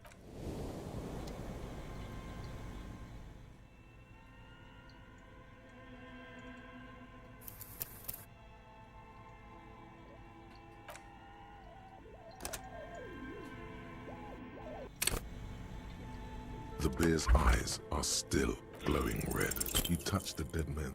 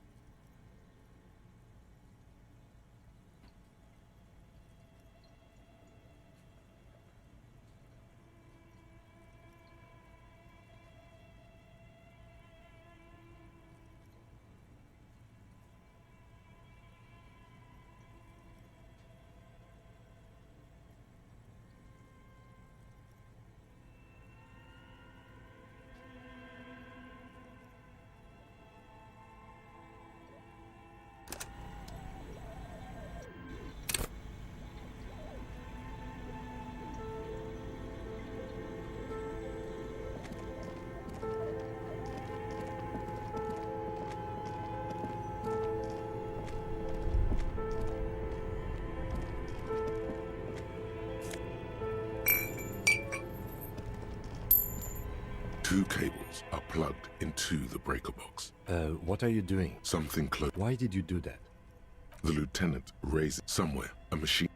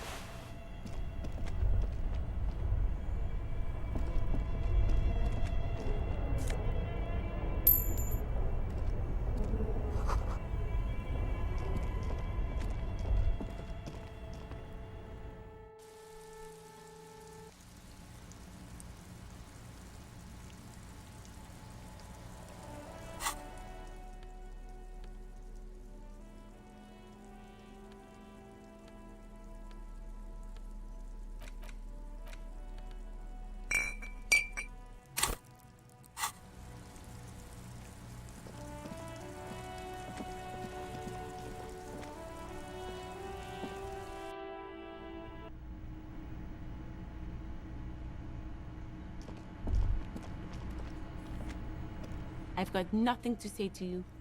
Why are you wasting your time? I suggest... Even though you caught her off guard. Push us. No. Talk to Titus.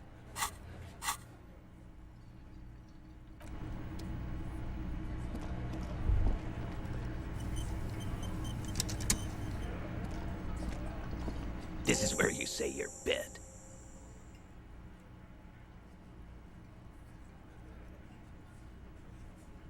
Detective.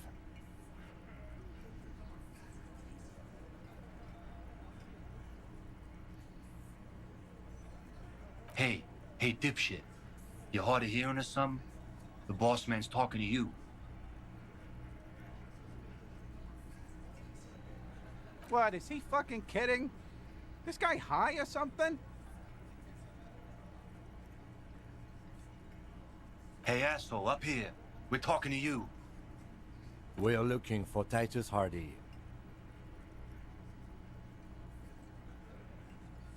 Wow. The RCM sent us some big dick. Real big dick cops. Look at them. Reckless. Swinging in the wind. Yeah, look at the big dick on that cop. Can't tell a dick that big what to do. Must be something in the water in general. Yeah, gave him real nice big dicks. Yeah. You might want to start asking your questions now. It's not going to get better than this. These guys are so macho, they're ready to confess to first-degree murder. Ask if it was them.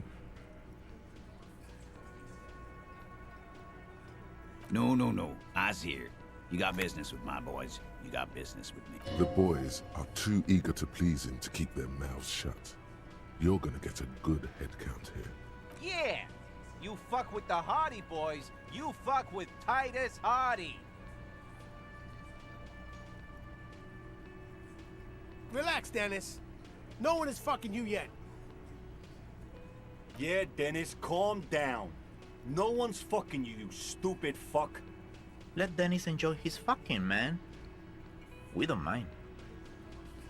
Yeah, you're not even being fucked, Dennis.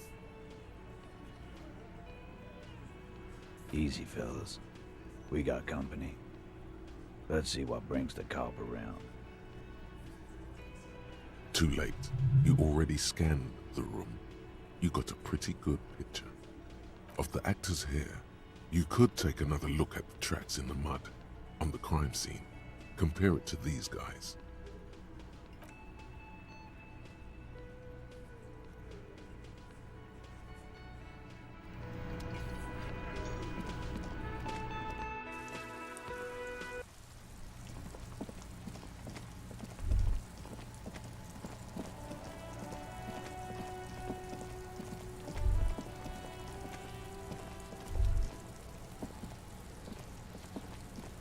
There are several footprints in the mud, left by work boots.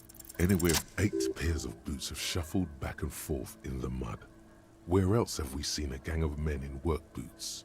That's right, the Hardy boys in the mess hall of whirling in rags. 1. Standard work boot. Steel reinforced toes, number 46.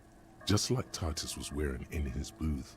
This is the big dick, Titus Hardy, the one with the ball cap on his head. Is it? They didn't even bother to change boots.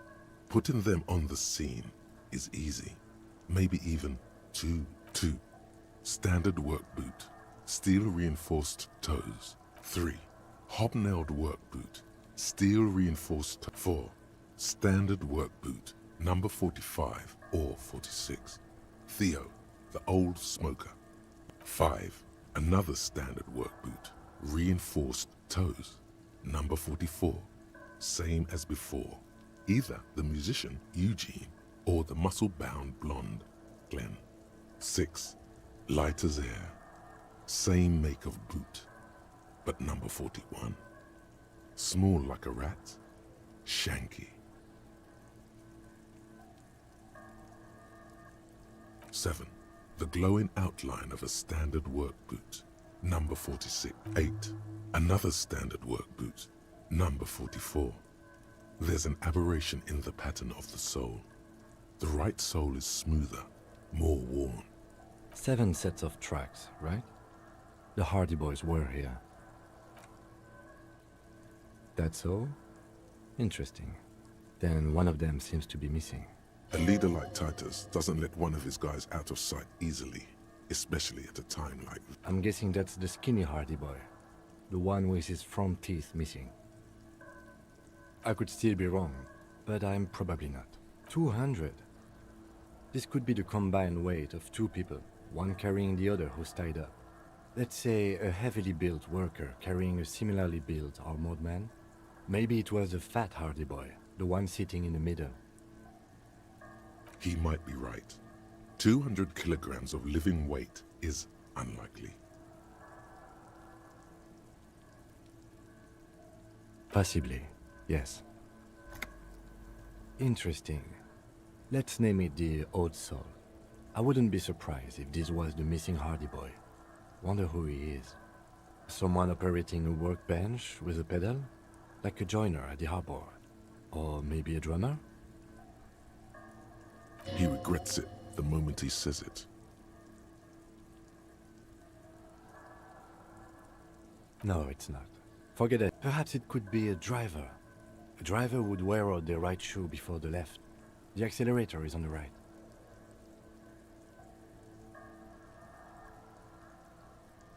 We should keep our eyes open around the traffic jam. See whether anyone strikes out as a potential suspect. Seems prudent, no? Mm-hmm. A week, maybe? It is not impossible. I pulled last week's forecast for coastal Havashol. 7 days below freezing. The day before, the day of his hanging, was the last warm day. Correct again. Sub-zero temperatures would preserve the tracks in a good state. The commotion here... What do I think? A mob of people brought something heavy to the tree. One of them was carrying the victim. Then, after hoisting... Indeed. They... So far, so good. Only one... Of course, there were 8 tracks, but there are only 7 Hardy. Mm-hmm. Which one is missing, do you think? Yes, I doubt the Hardys are going to tell us who this person is.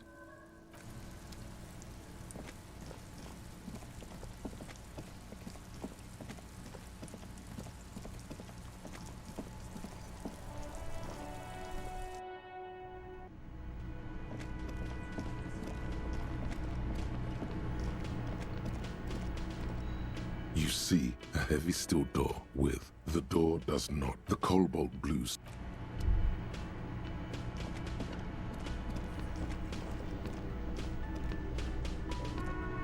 Can I help you? Got the 20 real? You must be kidding, right? Yeah, good one, officer. But this establishment only takes... Freight, near the gates. They'll exchange it. Then why are you waiting?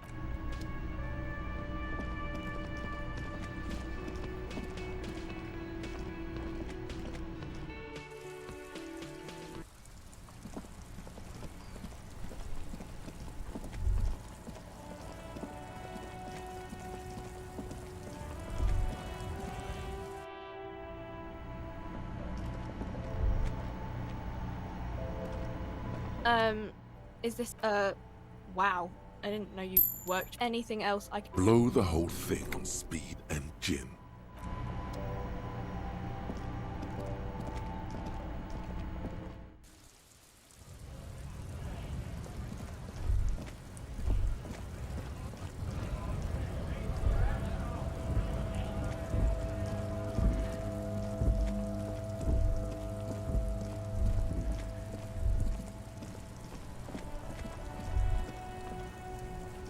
Stuck in the rain in a traffic jam, man. What's on your mind?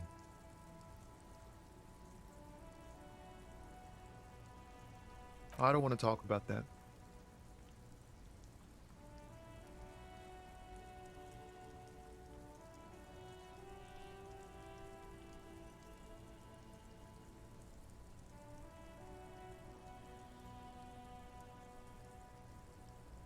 Man, I was hoping it isn't going to be her. All I can say is, she isn't around here anymore. She isn't some evil drug trafficker. And I don't know where she is.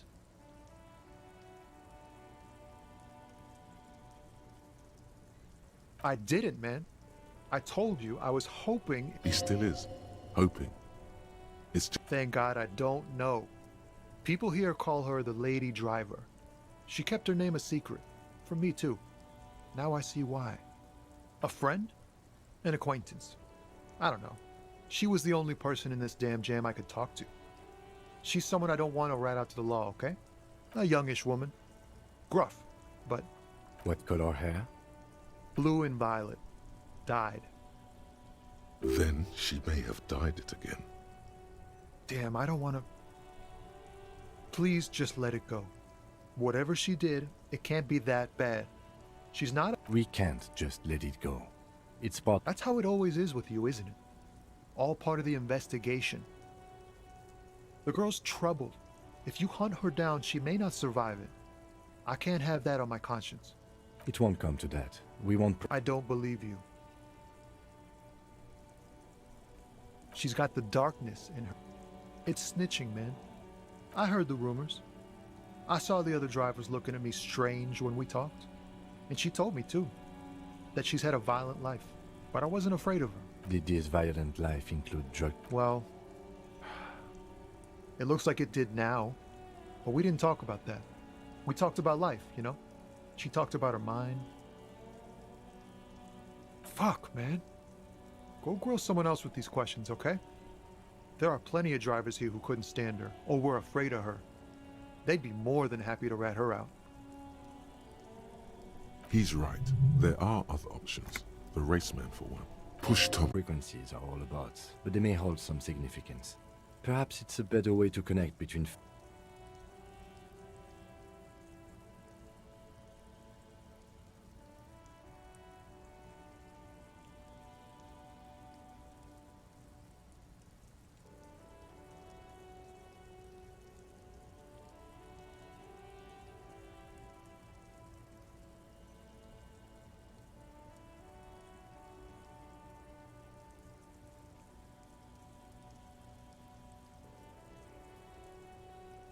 Listening in on your calls between you and your station, a worrying prospect.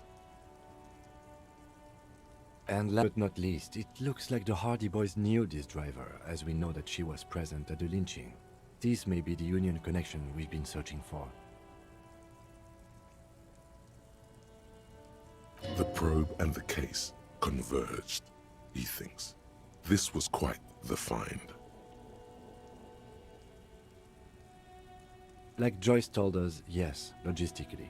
But don't expect to bust this open during our stay here. At best, this is an angle we can use against them, to other ends, as extra ammunition. As elegant as they are, I don't think... Don't be fooled. Desire always plays a role. Yes, well... Unimportant. We should return to the murder case. See what Joyce tells us about the lynching. When we are done for the day, I call my station and suggest our narcotics department look into it. There are more than enough grounds to start an official investigation, sometime later when we are done here. The fact that one hasn't started already gives me pause. An investigation, I mean. Especially if the Madrid grouping is involved, and I can't imagine there aren't. It's certainly worrisome. All the same, I don't like the idea of internal affairs descending on the matter. That won't help anyone either. Debrief over. After you.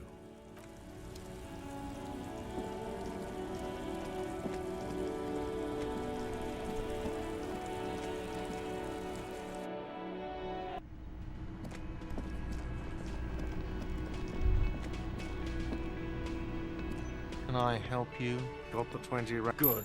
You got the... How could anyone forget, asshole?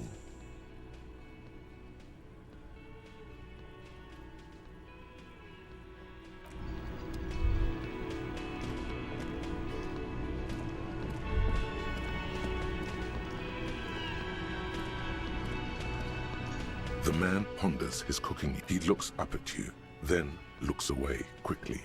Shrugging is an international sign for, no, I don't know what's behind that door.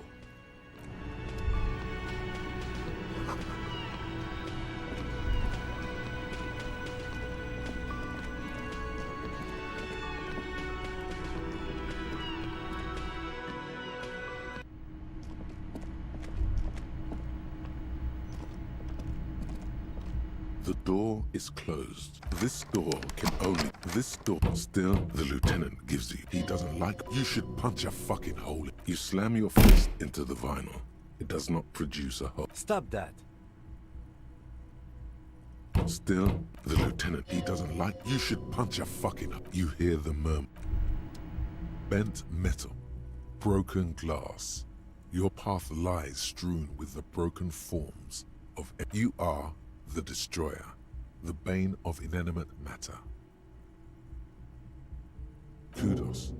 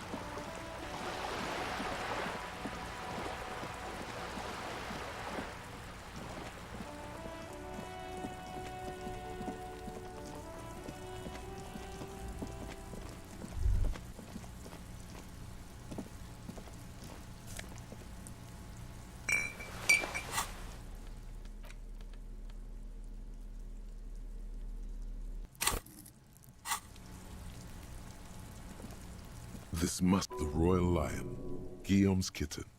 This knocker will last. You try to be as silent as you can. Finally, the door only curiosity could account for stepping over that threshold. Maybe there's treasure in there. As you hold the open door, you can feel the air move.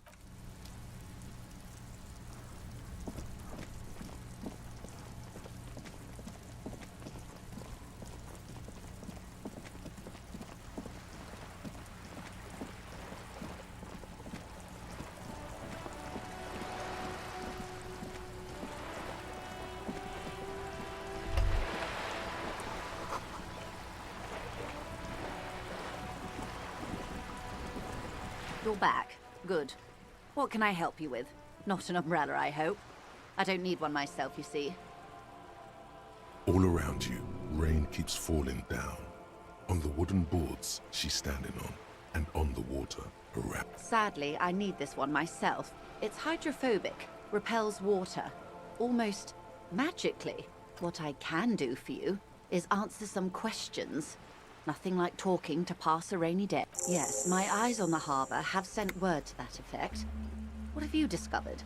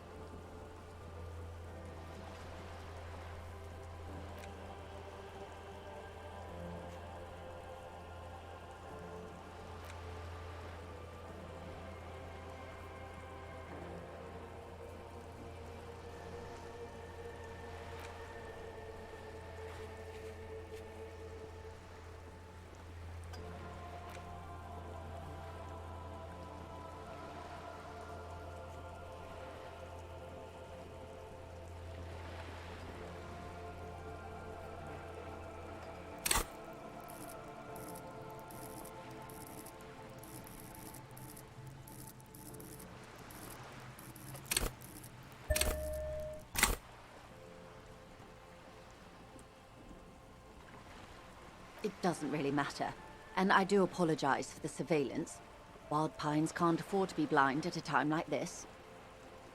In any case, it's a relief to know someone has looked into it. If I may ask, will there be an official investigation? I assume you discovered there is an operation. The lieutenant is about to interject. Cut him off. If there is an investigation, it will be part of an ongoing operation, subject to confidentiality. I'm sure you understand. Of course, detectives. In any case, you've held up your end of our arrangement. I wouldn't normally break protocol like this, but the situation demands it. If you don't solve this murder, I'm afraid we may have a The words bloodbath sound cold in her mouth. They taste of iron and strawberries. Yes. I'm afraid this strike may descend into a small-scale civil war, with possible consequences for all of Rivershoal West. Since you are sharing, ma'am, this is also the RCM's worst-case scenario.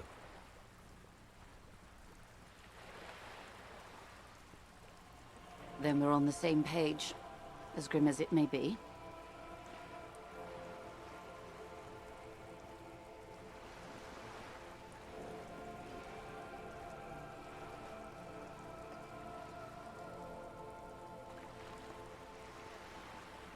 I have an indirect role to play, I'm sad to say. My employer experienced a momentary lapse of faith in me. In that moment, they elected to deploy a private military contractor as an insurance measure. They called it my security detail.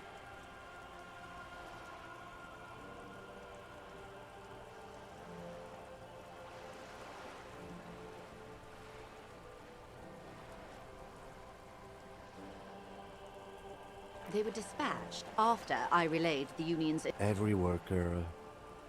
A member of the board. I tried to convince my employer it was simply a piece of rhetoric, or a joke. They did not, absolutely not.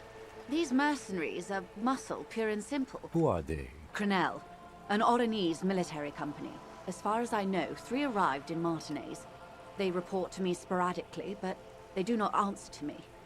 They wear ceramic armor, have semi-automatic weapons, and years of combat experience. They also have trauma and stressor disorder, and no idea how to conduct themselves in an urban... So, what happened? The story is, one of them, the colonel, I don't know his real name, sexually assaulted a local woman while he was drunk and separated from his unit. This allowed some of the more militant union members to subdue him. He was taken out behind the whirling in rags and lit nothing. Mr. Clare refuses to let me into the harbor. I have not been able to discuss this matter with anyone there. The remaining 2 Crenell contractors carry out their orders. For now, it's a smokescreen. In secret, they are conducting an independent military tribunal into the lynching.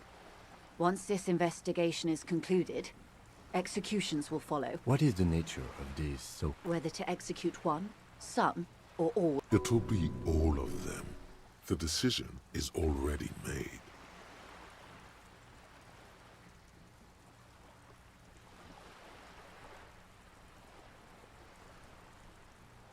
It is very far from disco. My only hope is that you provide a single, concrete suspect before the mercenaries indiscriminately pick theirs. Simply put, if you don't pin this on someone good and do it fast, they will identify and execute everyone. They would have to project. The Debardeurs have over 2,000 men. It will be 1,000 to 1. Have you ever seen a Hornet invade a beehive, Lieutenant? These men work in tandem using semi and fully automatic firearms. Their armor is virtually impenetrable. As I said, a bloodbath.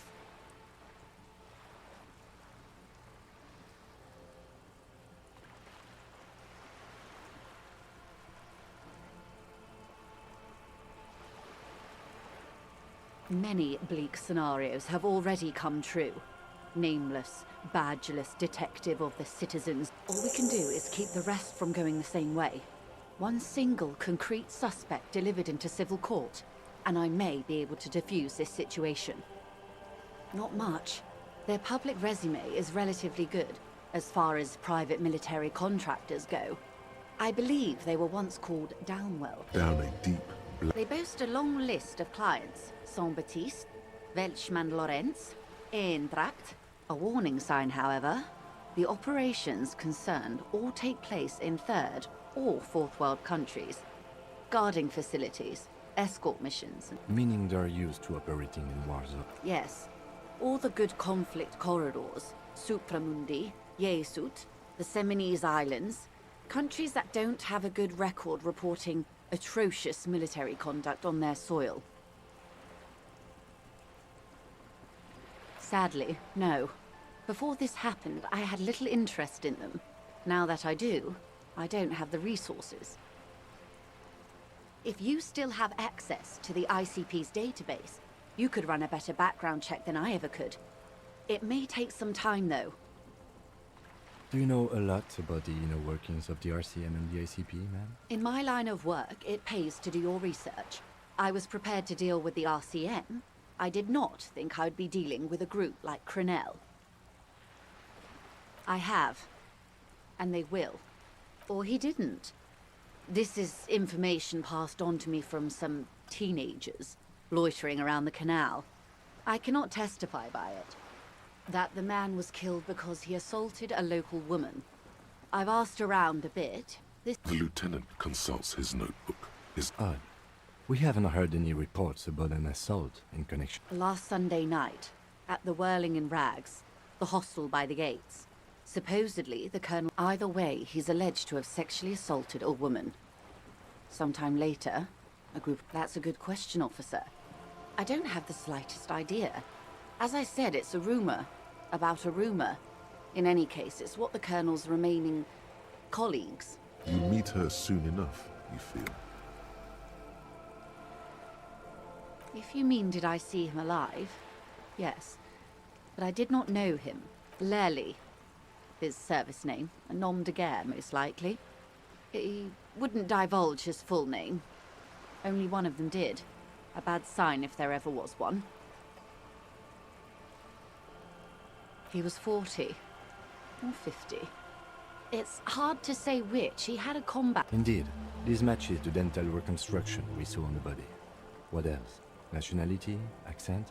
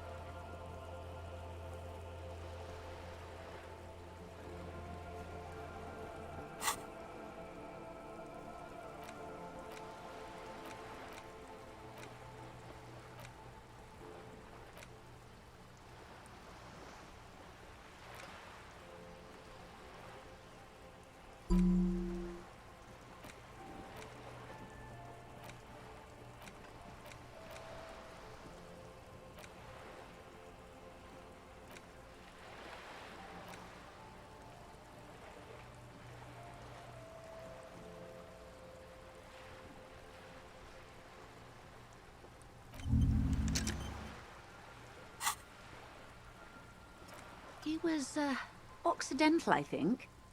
Light brown hair, a mixed accent. In a way, it was humanizing. He had to learn to speak through it. They've gone to ground, as it were. I don't recommend seeking them out. They don't have the same respect for the Revachol citizens' militia. Vigilantes. You're a professional officer of the only legitimate authority in Revachol.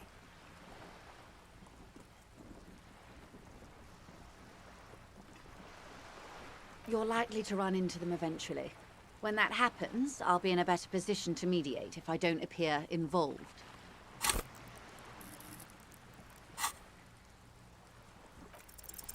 One is obviously the scab leader at the harbour gates. The other has a vantage point in a building south of the roundabout. They were keeping tabs on you while you were canvassing the lorry drivers. That may be so. For all your talk of averting... Of course it bothers me, Lieutenant. But my hands are tied. How would my employer react if it appeared I were intervening on behalf of the U? Your concern may be appearances. Ours is keep... That would afford a good vantage point. In any case... Where is your radio for contact? Heavens no. I'm not an undercover agent. There's a short wave at the ship's wheel. I hope I can answer it better. Until the executions start. Truthfully... They don't report their progress. Not on this matter. 5 days. It's a matter of days. Not... I am sorry to have been the bearer of bad news. Of course. For about half a minute. It was taken with a frigate not long ago. This is the man's upper body. There were no more markings. Her mouth is relaxed. The accordion lines near her mouth vanish. The pearls of her eyes move slowly on the photo's surface. Sorry. I was trying to see if I can read the web of interdependencies between these points. I can't. But that's how you read this story. The points themselves don't have letters, numbers, anything. Their size, location on the body, and distance from each other tells you what they represent. Port cities. On the oceans. This is an Oronese map of the waterways, a sailor's tattoo worn by wayfarers of the Delorian century. As early as 300 years ago, the sailors would mark their bodies to map their travels. Quite a few. Vredefort, the Oronese capital, traditionally stands on the right shoulder. What next? Then he made his way to the Pretto Grande, through what I think must be the Stutz Canal, an artificial channel through the Occident. From the Pretto, he sailed to the Insulindic Ocean, first the Semnes Islands, then this. Revachol. Those are the two constants. Vredefort on the shoulder, and Revachol in the heart. They started the tradition of these maps right after the discovery of Insulinde, at the dawn of the Interinsulary Age. You said you can't read it. I can't. This man was no sailor, and these are no ports. I can understand geographic fragments, but not their meaning. The sailor's soul would use it to fly back home if they should die abroad. This is a sort of contraption, to be reeled back in by. The silver cord, they would call it. Where is he now?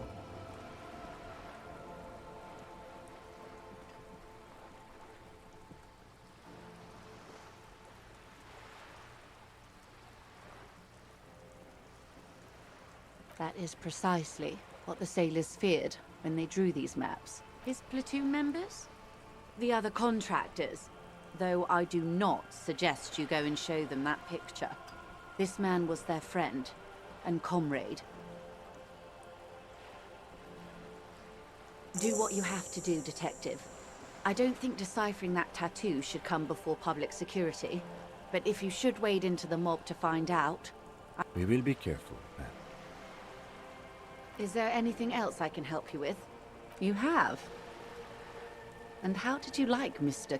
Finally, time to choose sides.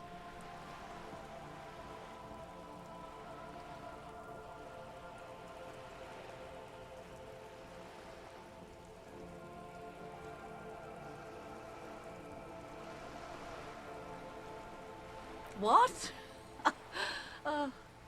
I am afraid you have misread the situation, Detective. This is not some feudal conflict. And if it were a conflict, the RCM would not pick sides. My colleague's unusual approach to police work does not represent the organization at this time.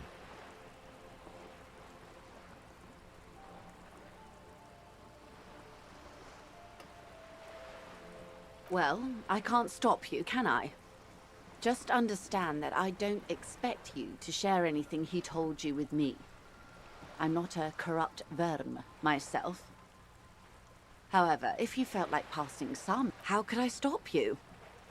Are we not human? Are we not curious to hear another person's take? It's only natural. We would only be gossiping. Tell her she'll like you for it. Yes, your disgusting necktie agrees completely. Let's gossip. Oh. That's so... The lieutenant looks at you, and you can swear his... When I said be wacky, I didn't mean wildly, grossly. Unconventional police officers sometimes lose their guns. They then go around and tell people about this, to gauge their reactions. It's all part of detecting. Incredible. Simply incredible. And how is it going? Has this detecting produced a gun? Did he now? Well, then it should be any day now. Unless, of course, he's lying to you.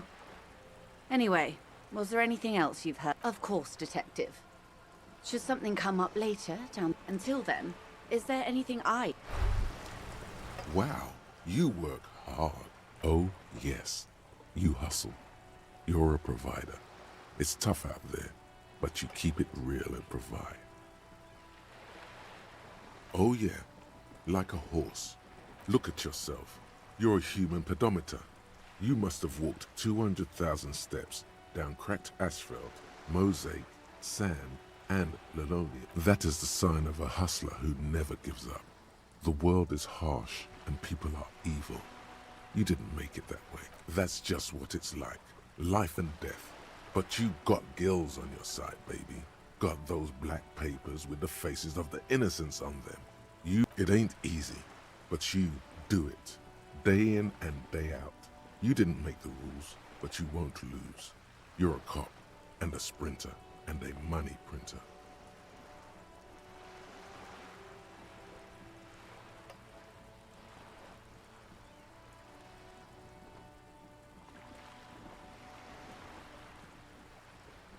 Yeah, you're in the sales business. Shake 'em for shit and then pawn it off. Wasn't easy getting that giant novelty check from Everard. Took some ingenuity to get into the harbor, but you got in, and you took that bribe as hard as any cop's taken it. Sure. And has it been easy? Is life easy? Have you not gone into cardiac arrest? Are you not about to have an anxiety attack or shoot yourself in the mouth? But you still hustle 20... Are you rich? Get out of here. You're a pauper. You work harder than anyone. Almost rode yourself to the grave, and you're still practically a hobo. Why is that? That's right. 100%. Fucking G-Man's got his jam-covered sticky fingers in your pocket, stealing from you every time you buy, sell, walk, talk, fart, so much as sneeze.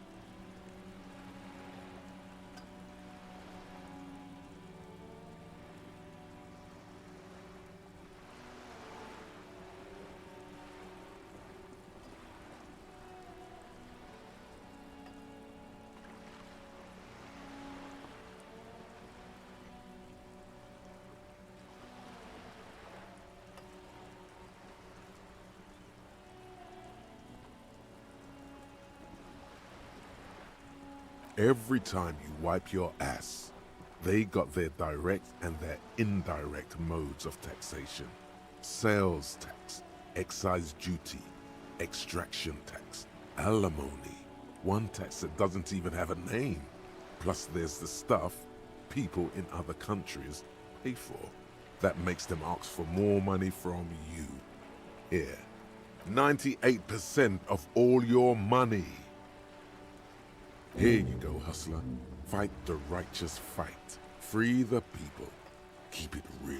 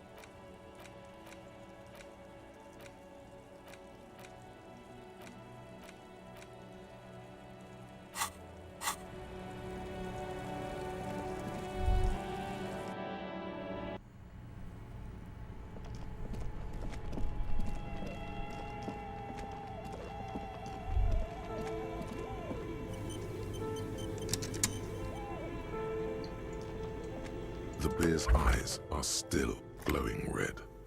It's guarding over the freezing corpse hidden inside its belly. Your arm reaches out and your eyes close, as if by their own volition.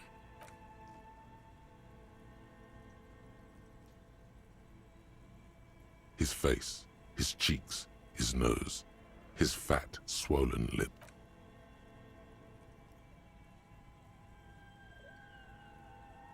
The oral cavity is cold and moist. A ball-like tongue attaches itself to You're on the right track.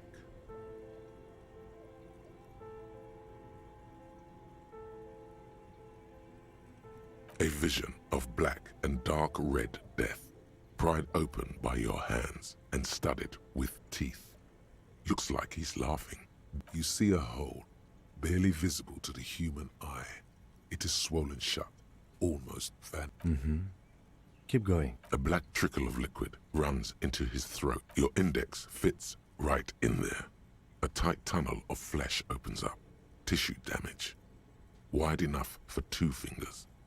As you push both in, you reach through his mouth, right into his brain stem. The basal ganglia feels clumpy.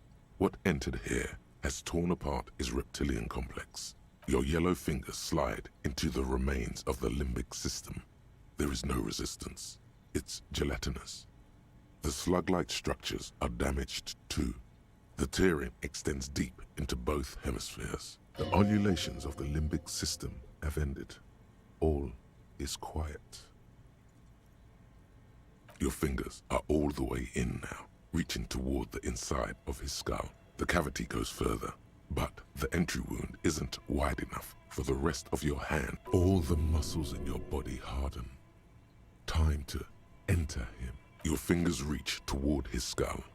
His cerebral cortex feels like jelly, ice-cold serrated metal. Its edges cut right through the latex and into your finger. The pain is barely noticeable under the adrenaline rush. Can you get to it? There's a tiny crack. A protrusion in the cranium. We have the makings of a very small exit wound here.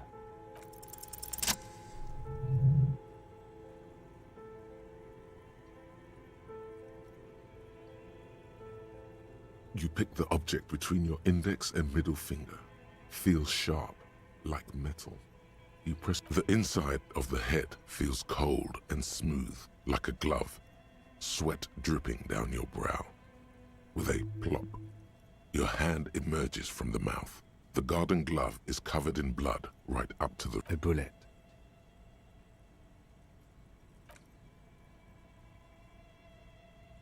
The bullet falls in the bag, leaving a non-caliber rifle. Some kind of brittle alloy, fractured on impact. Of course, you deserve it. Looks like we need to add 1 more item to your injury list. Injury number 4. Oval entry wound with an abrasion collar. Soft palate, back of mouth. High velocity. Temporary cavity in brain tissue. Small opinion, fatal injury. And one last thing. We should amend injury number 3. Ligament mark. New opinion? Non-fatal. Post-mortem. Treatment. Treatment, officer, is an attempt to manipulate the body after death, to hide the real cause with a this injury here. Yes, and the belt around his neck, the hanging, even dragging him to the yard. All of it was done after this man was already dead. I have had my doubts since you showed me the tracks. Why did they carry him over? Why not march him, I thought. There was no satisfying explanation. There have been other signs too. Small details. Everything is too neatly designed for us to assign probable cause here, as we did, full-heartedly. Well, no more. We almost fell for it, he thinks. Almost.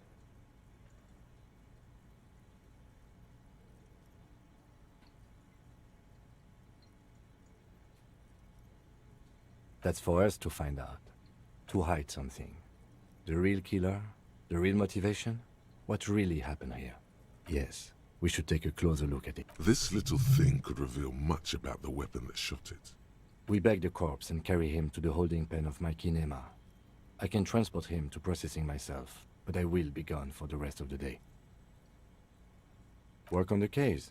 Tend to personal matters. Try not to do anything too dangerous. I'll leave that choice to you. The word lingers in the air of the basement. Far away, ice cream makers are buzzing, and the sea wind. Detective. After you bag the corpse, Lieutenant Kitsuragi will leave the party until tomorrow morning. You can do side tasks, and even the main case, but it might be more difficult. Plan his exit accordingly.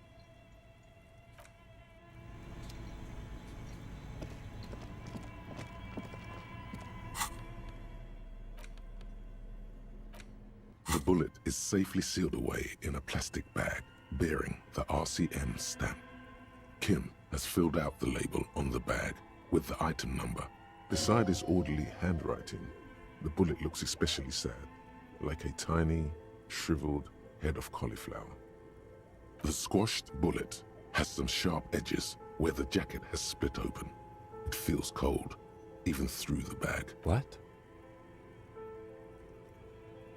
Well, if I was the bullet, which I'm not, I would say, find the weapon that shot me. If we find who owns it, we will have likely found who used it. Possibly. In conclusion, the more we know about this bullet of yours, the better. The jacket of the bullet is made of a yellowish metal. It has blossomed out to reveal a dark grey core. The base of the bullet is, you can just about make out it's quite destroyed. What can you say about the bullet so far? A jacketed bullet. Okay.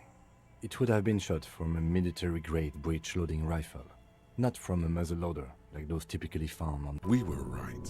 This came from a... Even the RCM uses ordinary unjacketed conical bullets. This is strange. Very strange.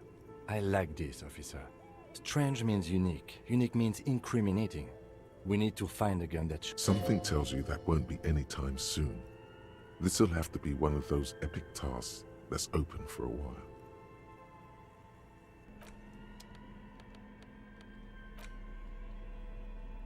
The note is written with a... Does it say... This is 10. Someone has scripted. You'll find the filament memory. Someone who owns a radio... It belongs in... It's like the production schedule you found.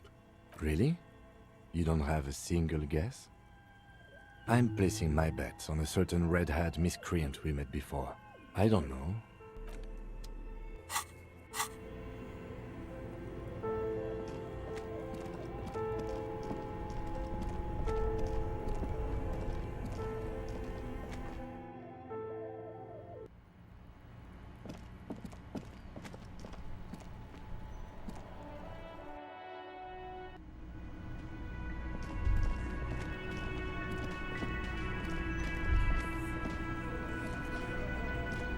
Looks like the circus left town, but the clowns are still here.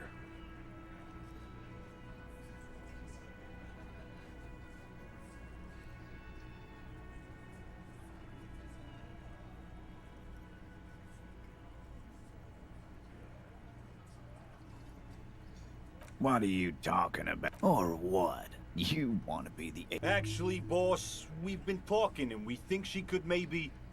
This person Glenn wants to hire, he really respects her. Shut the fuck up, Glenn! So let me get this straight. There is an 8th Hardy boy. It's a she, and you don't like us talking about... That's right. We're not talking about this. This is a private Hardy. You're not cops here. Good.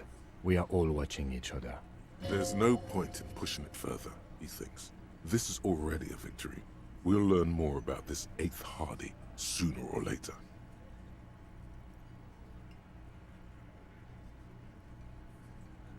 Like hell you have. There is no local drug trade. This place is as clean as a rifle. Go back to Jamrock and ask the local junkies how clean your streets are. We'll do that. In the meantime, did you know that there's an abandoned lorry at the intersection that was used to move raw ingredients? The person driving it was present at the hanging. It was one of you. We've connected the footprints. No, the thunder is his. Leave it to the lieutenant.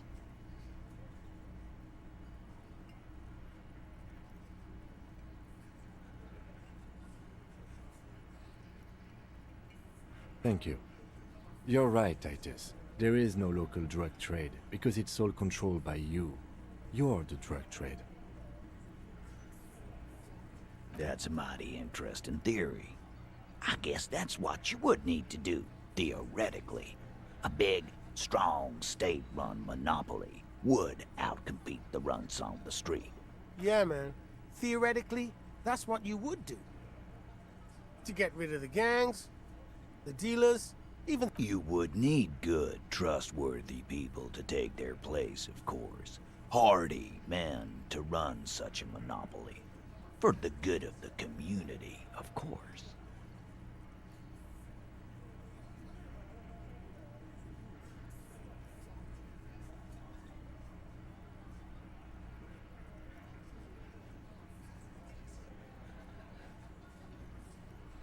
Thank you. Theoretically. He seems genuinely surprised at your response. Titus, I'm amazed. Where is the same professionalism when it comes to other topics? You're doing great. I hardly have to interfere at all. I don't know, Lizzie. I guess theoretical things don't make me emotional. Now, was there anything else? Not quite yet, Mr. Hardy. There were 8 sets of prints on the crime scene. My answer is... fuck off. Mind your own business. Finally, you got something out of him. This could prove useful in the future. And here we go. Back to the... I know! Fatty walked on all 4s.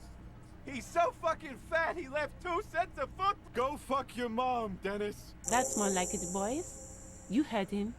It was Angus on all 4s. Anything else you need to know?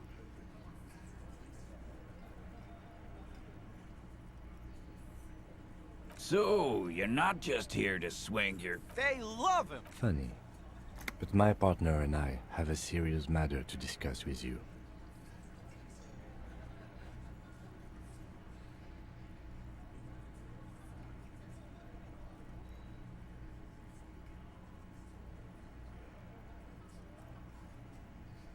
That is fucking... The lieutenant waits for your reply, patiently. His foot taps only a little.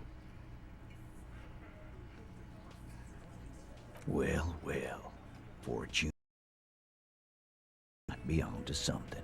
There was a speck of truth in there for him. We had something else. Beside the... We had to have something. His foot tapping has become less patient now. Container belt? Like we use in the harbor? Because we took it from the harbor. As he speaks, We did this. Together. All of us. Until he was dead. That's why there's a container belt around his neck. God damn. No. These 7 honest men have equally come forth. They told you what happened so that you don't waste any more of your time. Huh? There was a bullet in the dead man's brain. Why was it there, if you hang? How the fuck do I know? Anyone could have shot him. This line of questioning is over. You got the cause of death already? Hanging. If there's any post-mortem trauma, it's your problem. This will not turn into a cross-examination. You don't have to answer. I know, Lizzie. Relax. We killed him last Sunday night. Seemed like a good way to end the week. Known him? Yeah! Quiet. He came around about 3 weeks ago when that Pines cow first sailed into town. By the Pines cow, you mean Joyce Messier? The representative for White Pines? The same company you're striking against? No. I mean the Pines cow. The stupid-ass cow they sent in to fuck us over. But you know what? This is where he tries to sow discord between you two, because he knows the company is responsible for bringing... Why don't you ask her about the pretty boy? I'm sure she has interest. That's enough insinuation for today, Titus. Officer, your interview is drawing to an end. Are you deaf? Do you think you could do that? Do you think you could arrest them all? That's for the courts in Les Jardins to decide. Not for the office. What you can do right now is go back to your station and write a report. No. We'll stay here and discuss what happened that night. Why? 'Cause he was worthless mercenary scum. And he stepped out of line. What kind of mercenary? The kind that shows up when you start a strike. The experienced kind, too. Had Cohoy and Semenine written all over. A live grenade. Right here in our... This one has a special gripe with him. I can't prove it, but I know he would. Because one night, he walked straight up to the mic and said, "I'm RNE's goddamn special forces, and I'm gonna fuck you all." Really? Yeah, really. Had a gin and tonic up there, sang some RNE's paratrooper song, and said We couldn't believe it either, but he fucking did. Right there. Like some kind of animal. Wrong. He harassed women, raped one, harassed workers, threatened to kill some. There's slight unease in him, suddenly. He regrets mentioning. To kill us all if we don't open the gate. Yeah, he said it was his... He grabbed someone? Yeah. Show me your cunt. Why don't you show me your cunt? Aren't you fucking listening? Yeah, me and Eugene got her out. Aren't you No. You're not getting the name. Despite the stonewalling, you can slip one more question in. Titus, do not... Fuck off, Carl. She's gone through it. What are you talking about? What you need is to get... As you can see, these men can only take so much baseless scrutiny. I'm doing... It won't be for long. It's true. She was the only thing holding him back. We hanged him. Didn't they teach You're pretty sure you've certainly enough to not put up with this back sass. Deliver a knockdown observation.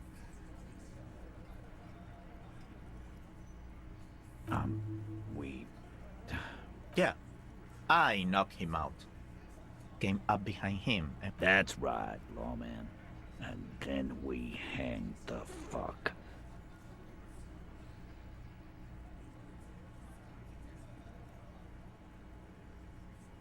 My fucking elbow, Copper. Samaran boxing style. Right fucking here. Yeah, man. Weren't you listening? Titus is solid as a rock, and so are a few others. But... Elaine, who looks like he might be Titus's right-hand man. This little rat-faced fellow is solid too. Him neither. Mostly keeps to his tomato juice, or whatever he's got there.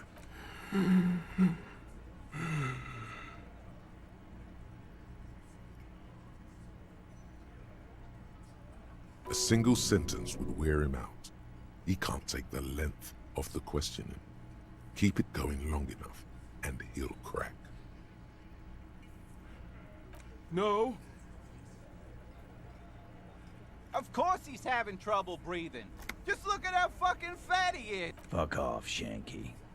Angus. Keep your eye on this powerful guy. Sooner or later, he's going to break like a piece of twig. And fuck you, too, copper. Picking on Angus like this. We're done with this schoolyard shit. And just so you know, he doesn't. His all-muscle comment wasn't sarcastic. He's genuinely... This one is a stone wall. You won't get more out of them. Like what, copper? How many people have you... Or send them to Reunion to rot. For 20 years. Rest assured. How many people have you sent? Or send them to Reunion to rot. For 20 years. For life.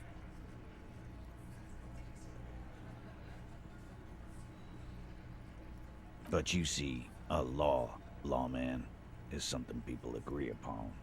And here in Martinez, yeah, lawman. Not in the arrest. A fearful Reddit by your side. Easy. Walk back from the provocation. They're armed, and they outnumber us. Look, coppers, I know you think you're doing your job here, but there are 7 of them. The bore's the size of your eye. I can almost see the stars.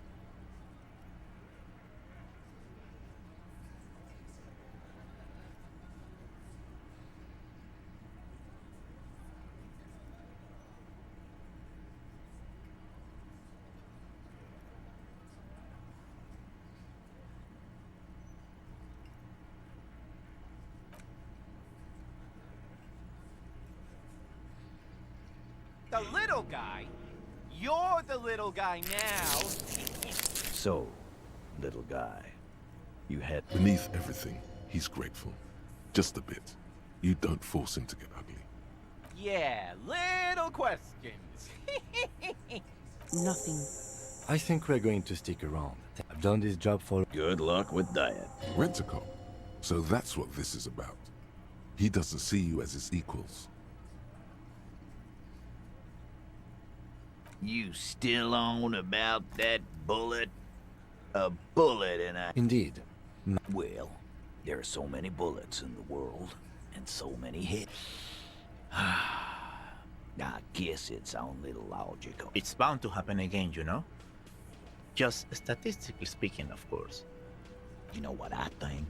I think he was shot in the head as a kid, and his brain grew. Around the bullet, man. They're only pretending to enjoy this. Beneath the act, they don't like you knowing this. Wow. Why don't you go home and log it into evidence? These men have told you what happened. Shit! I probably did shoot him. Yeah, Glenn... No, he meant before. Before? After? During? Never been worried in my life, lawman. It's not like you blew it wide open, but there's a little crack in there, somewhere. Yeah. By friends, you mean his squad mates. Wouldn't want to beat up his grandma. Nervous, snickering. There's a rush of adrenaline present. This is what happens if you take the law into your own hands. Let them come. You heard the man. Yeah. The mood is on the rise.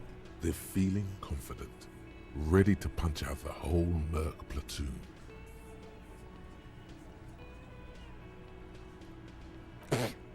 So are the local gangs. Yeah. But these people are... No, they're not. They're uncoordinated and drunk. We know more about... We got weapons of our own. We got Ester 50s, Zilagars, Glenn's got... I guess we're gonna see, aren't we?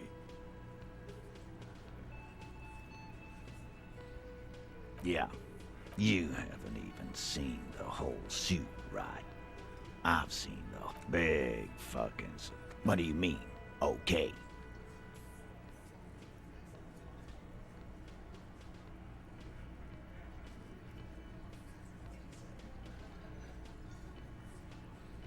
No, they won't. Get out of here with your negative energy.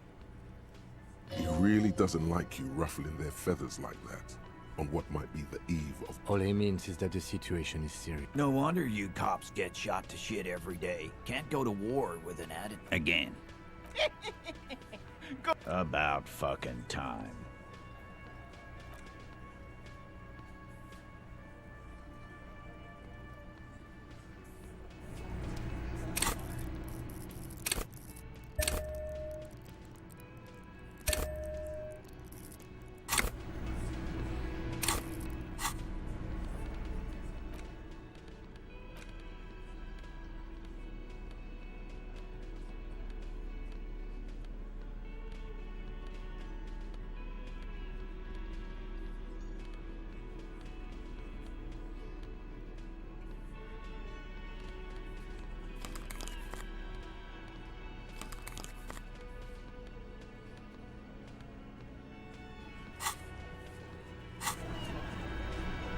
It's you again. What is it?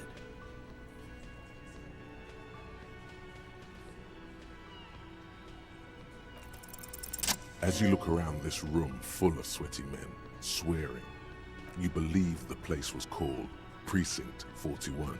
It was also filled with... Huh?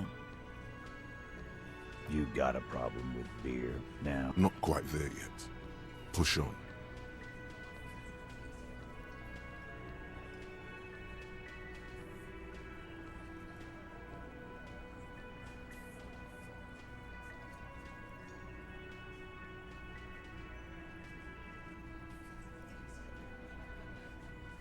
Speak for yourself, buddy. I've been running this outfit for... They didn't see shit, man. Congratulations on the graffiti removal. All I see is you sitting around talking about Monica's titties while there's a rape victim. So what? What do you want from me? Don't let him drink that. One more. Just don't antagonize him. You have this already.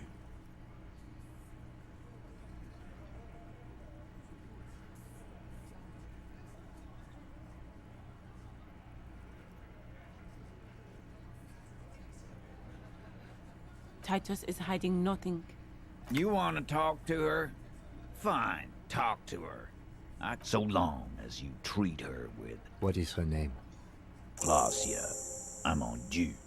She's staying here at the Whirling in Rags. A real pretty... Shit. The girl. The girl upstairs? That can't be her. Oh, it's her! It's definitely Anya, disco dancer! Sure. Why not? You've probably seen her around.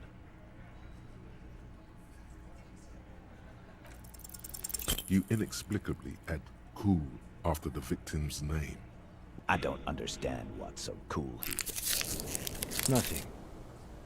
Whatever you do, do not tell him you know her. Relationship? There was no fucking relationship. Something is off here. It was like that karaoke incident all over again. Or like some of the other girls he was harassing. Okay, enough. He did it before we killed him. It would help if we establish a timeline. All right. 2 weeks, maybe? Here you go, boss. I know her. How well do you know her? A small twitch in the corner of Kim's mouth. Well enough, Copper. We partied. You mean Revachol? Nah.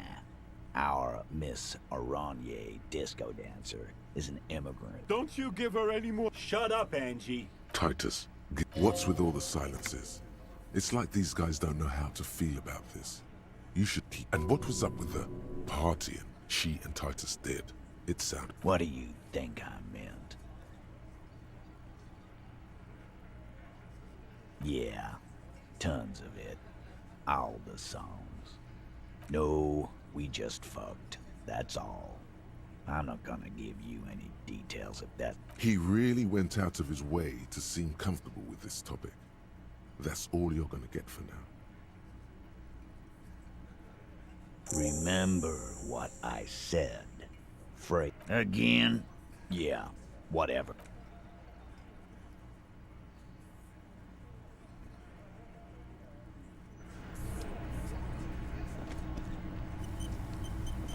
I've got nothing to say to you. I am not. You could be, Liz. You could be anything.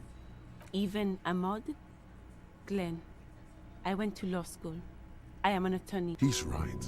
With a face like that, she could be on the cover of Le Debutante International. So fucking what? Lots of models are actually really smart people. No, Glenn. They aren't. I am not. You could be, Liz. You... Even a mod?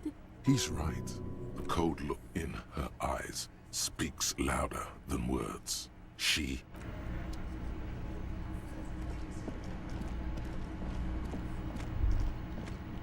You see a heavy steel door. The door does not. The door does. The door does not. The cobalt blue surface.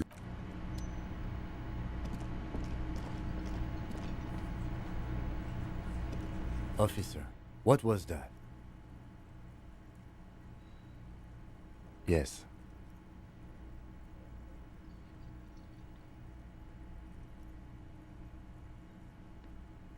The victim?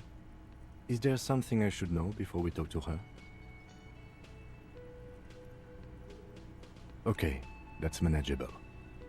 Understood. You were not in good shape on Monday. This is unprofessional. Not sharing information with me. His opinion of you.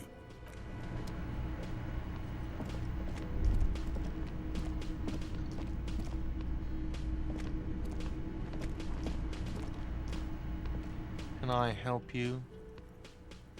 Another thing. Great. Oh, yes, that door. Sure. Yes. Yes.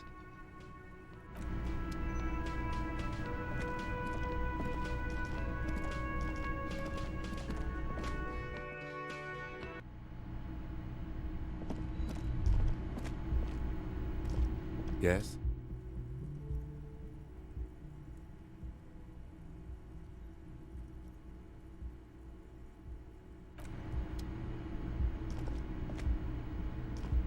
The door is there's still a dent in the vinyl. With this little depression is you swallow.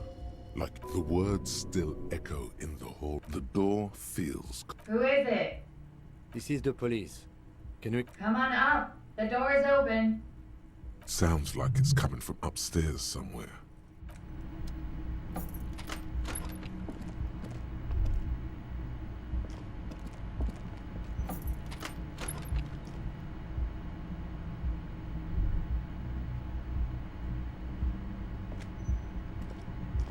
This medicine cabinet is full of weird pharmaceuticals line the shelves.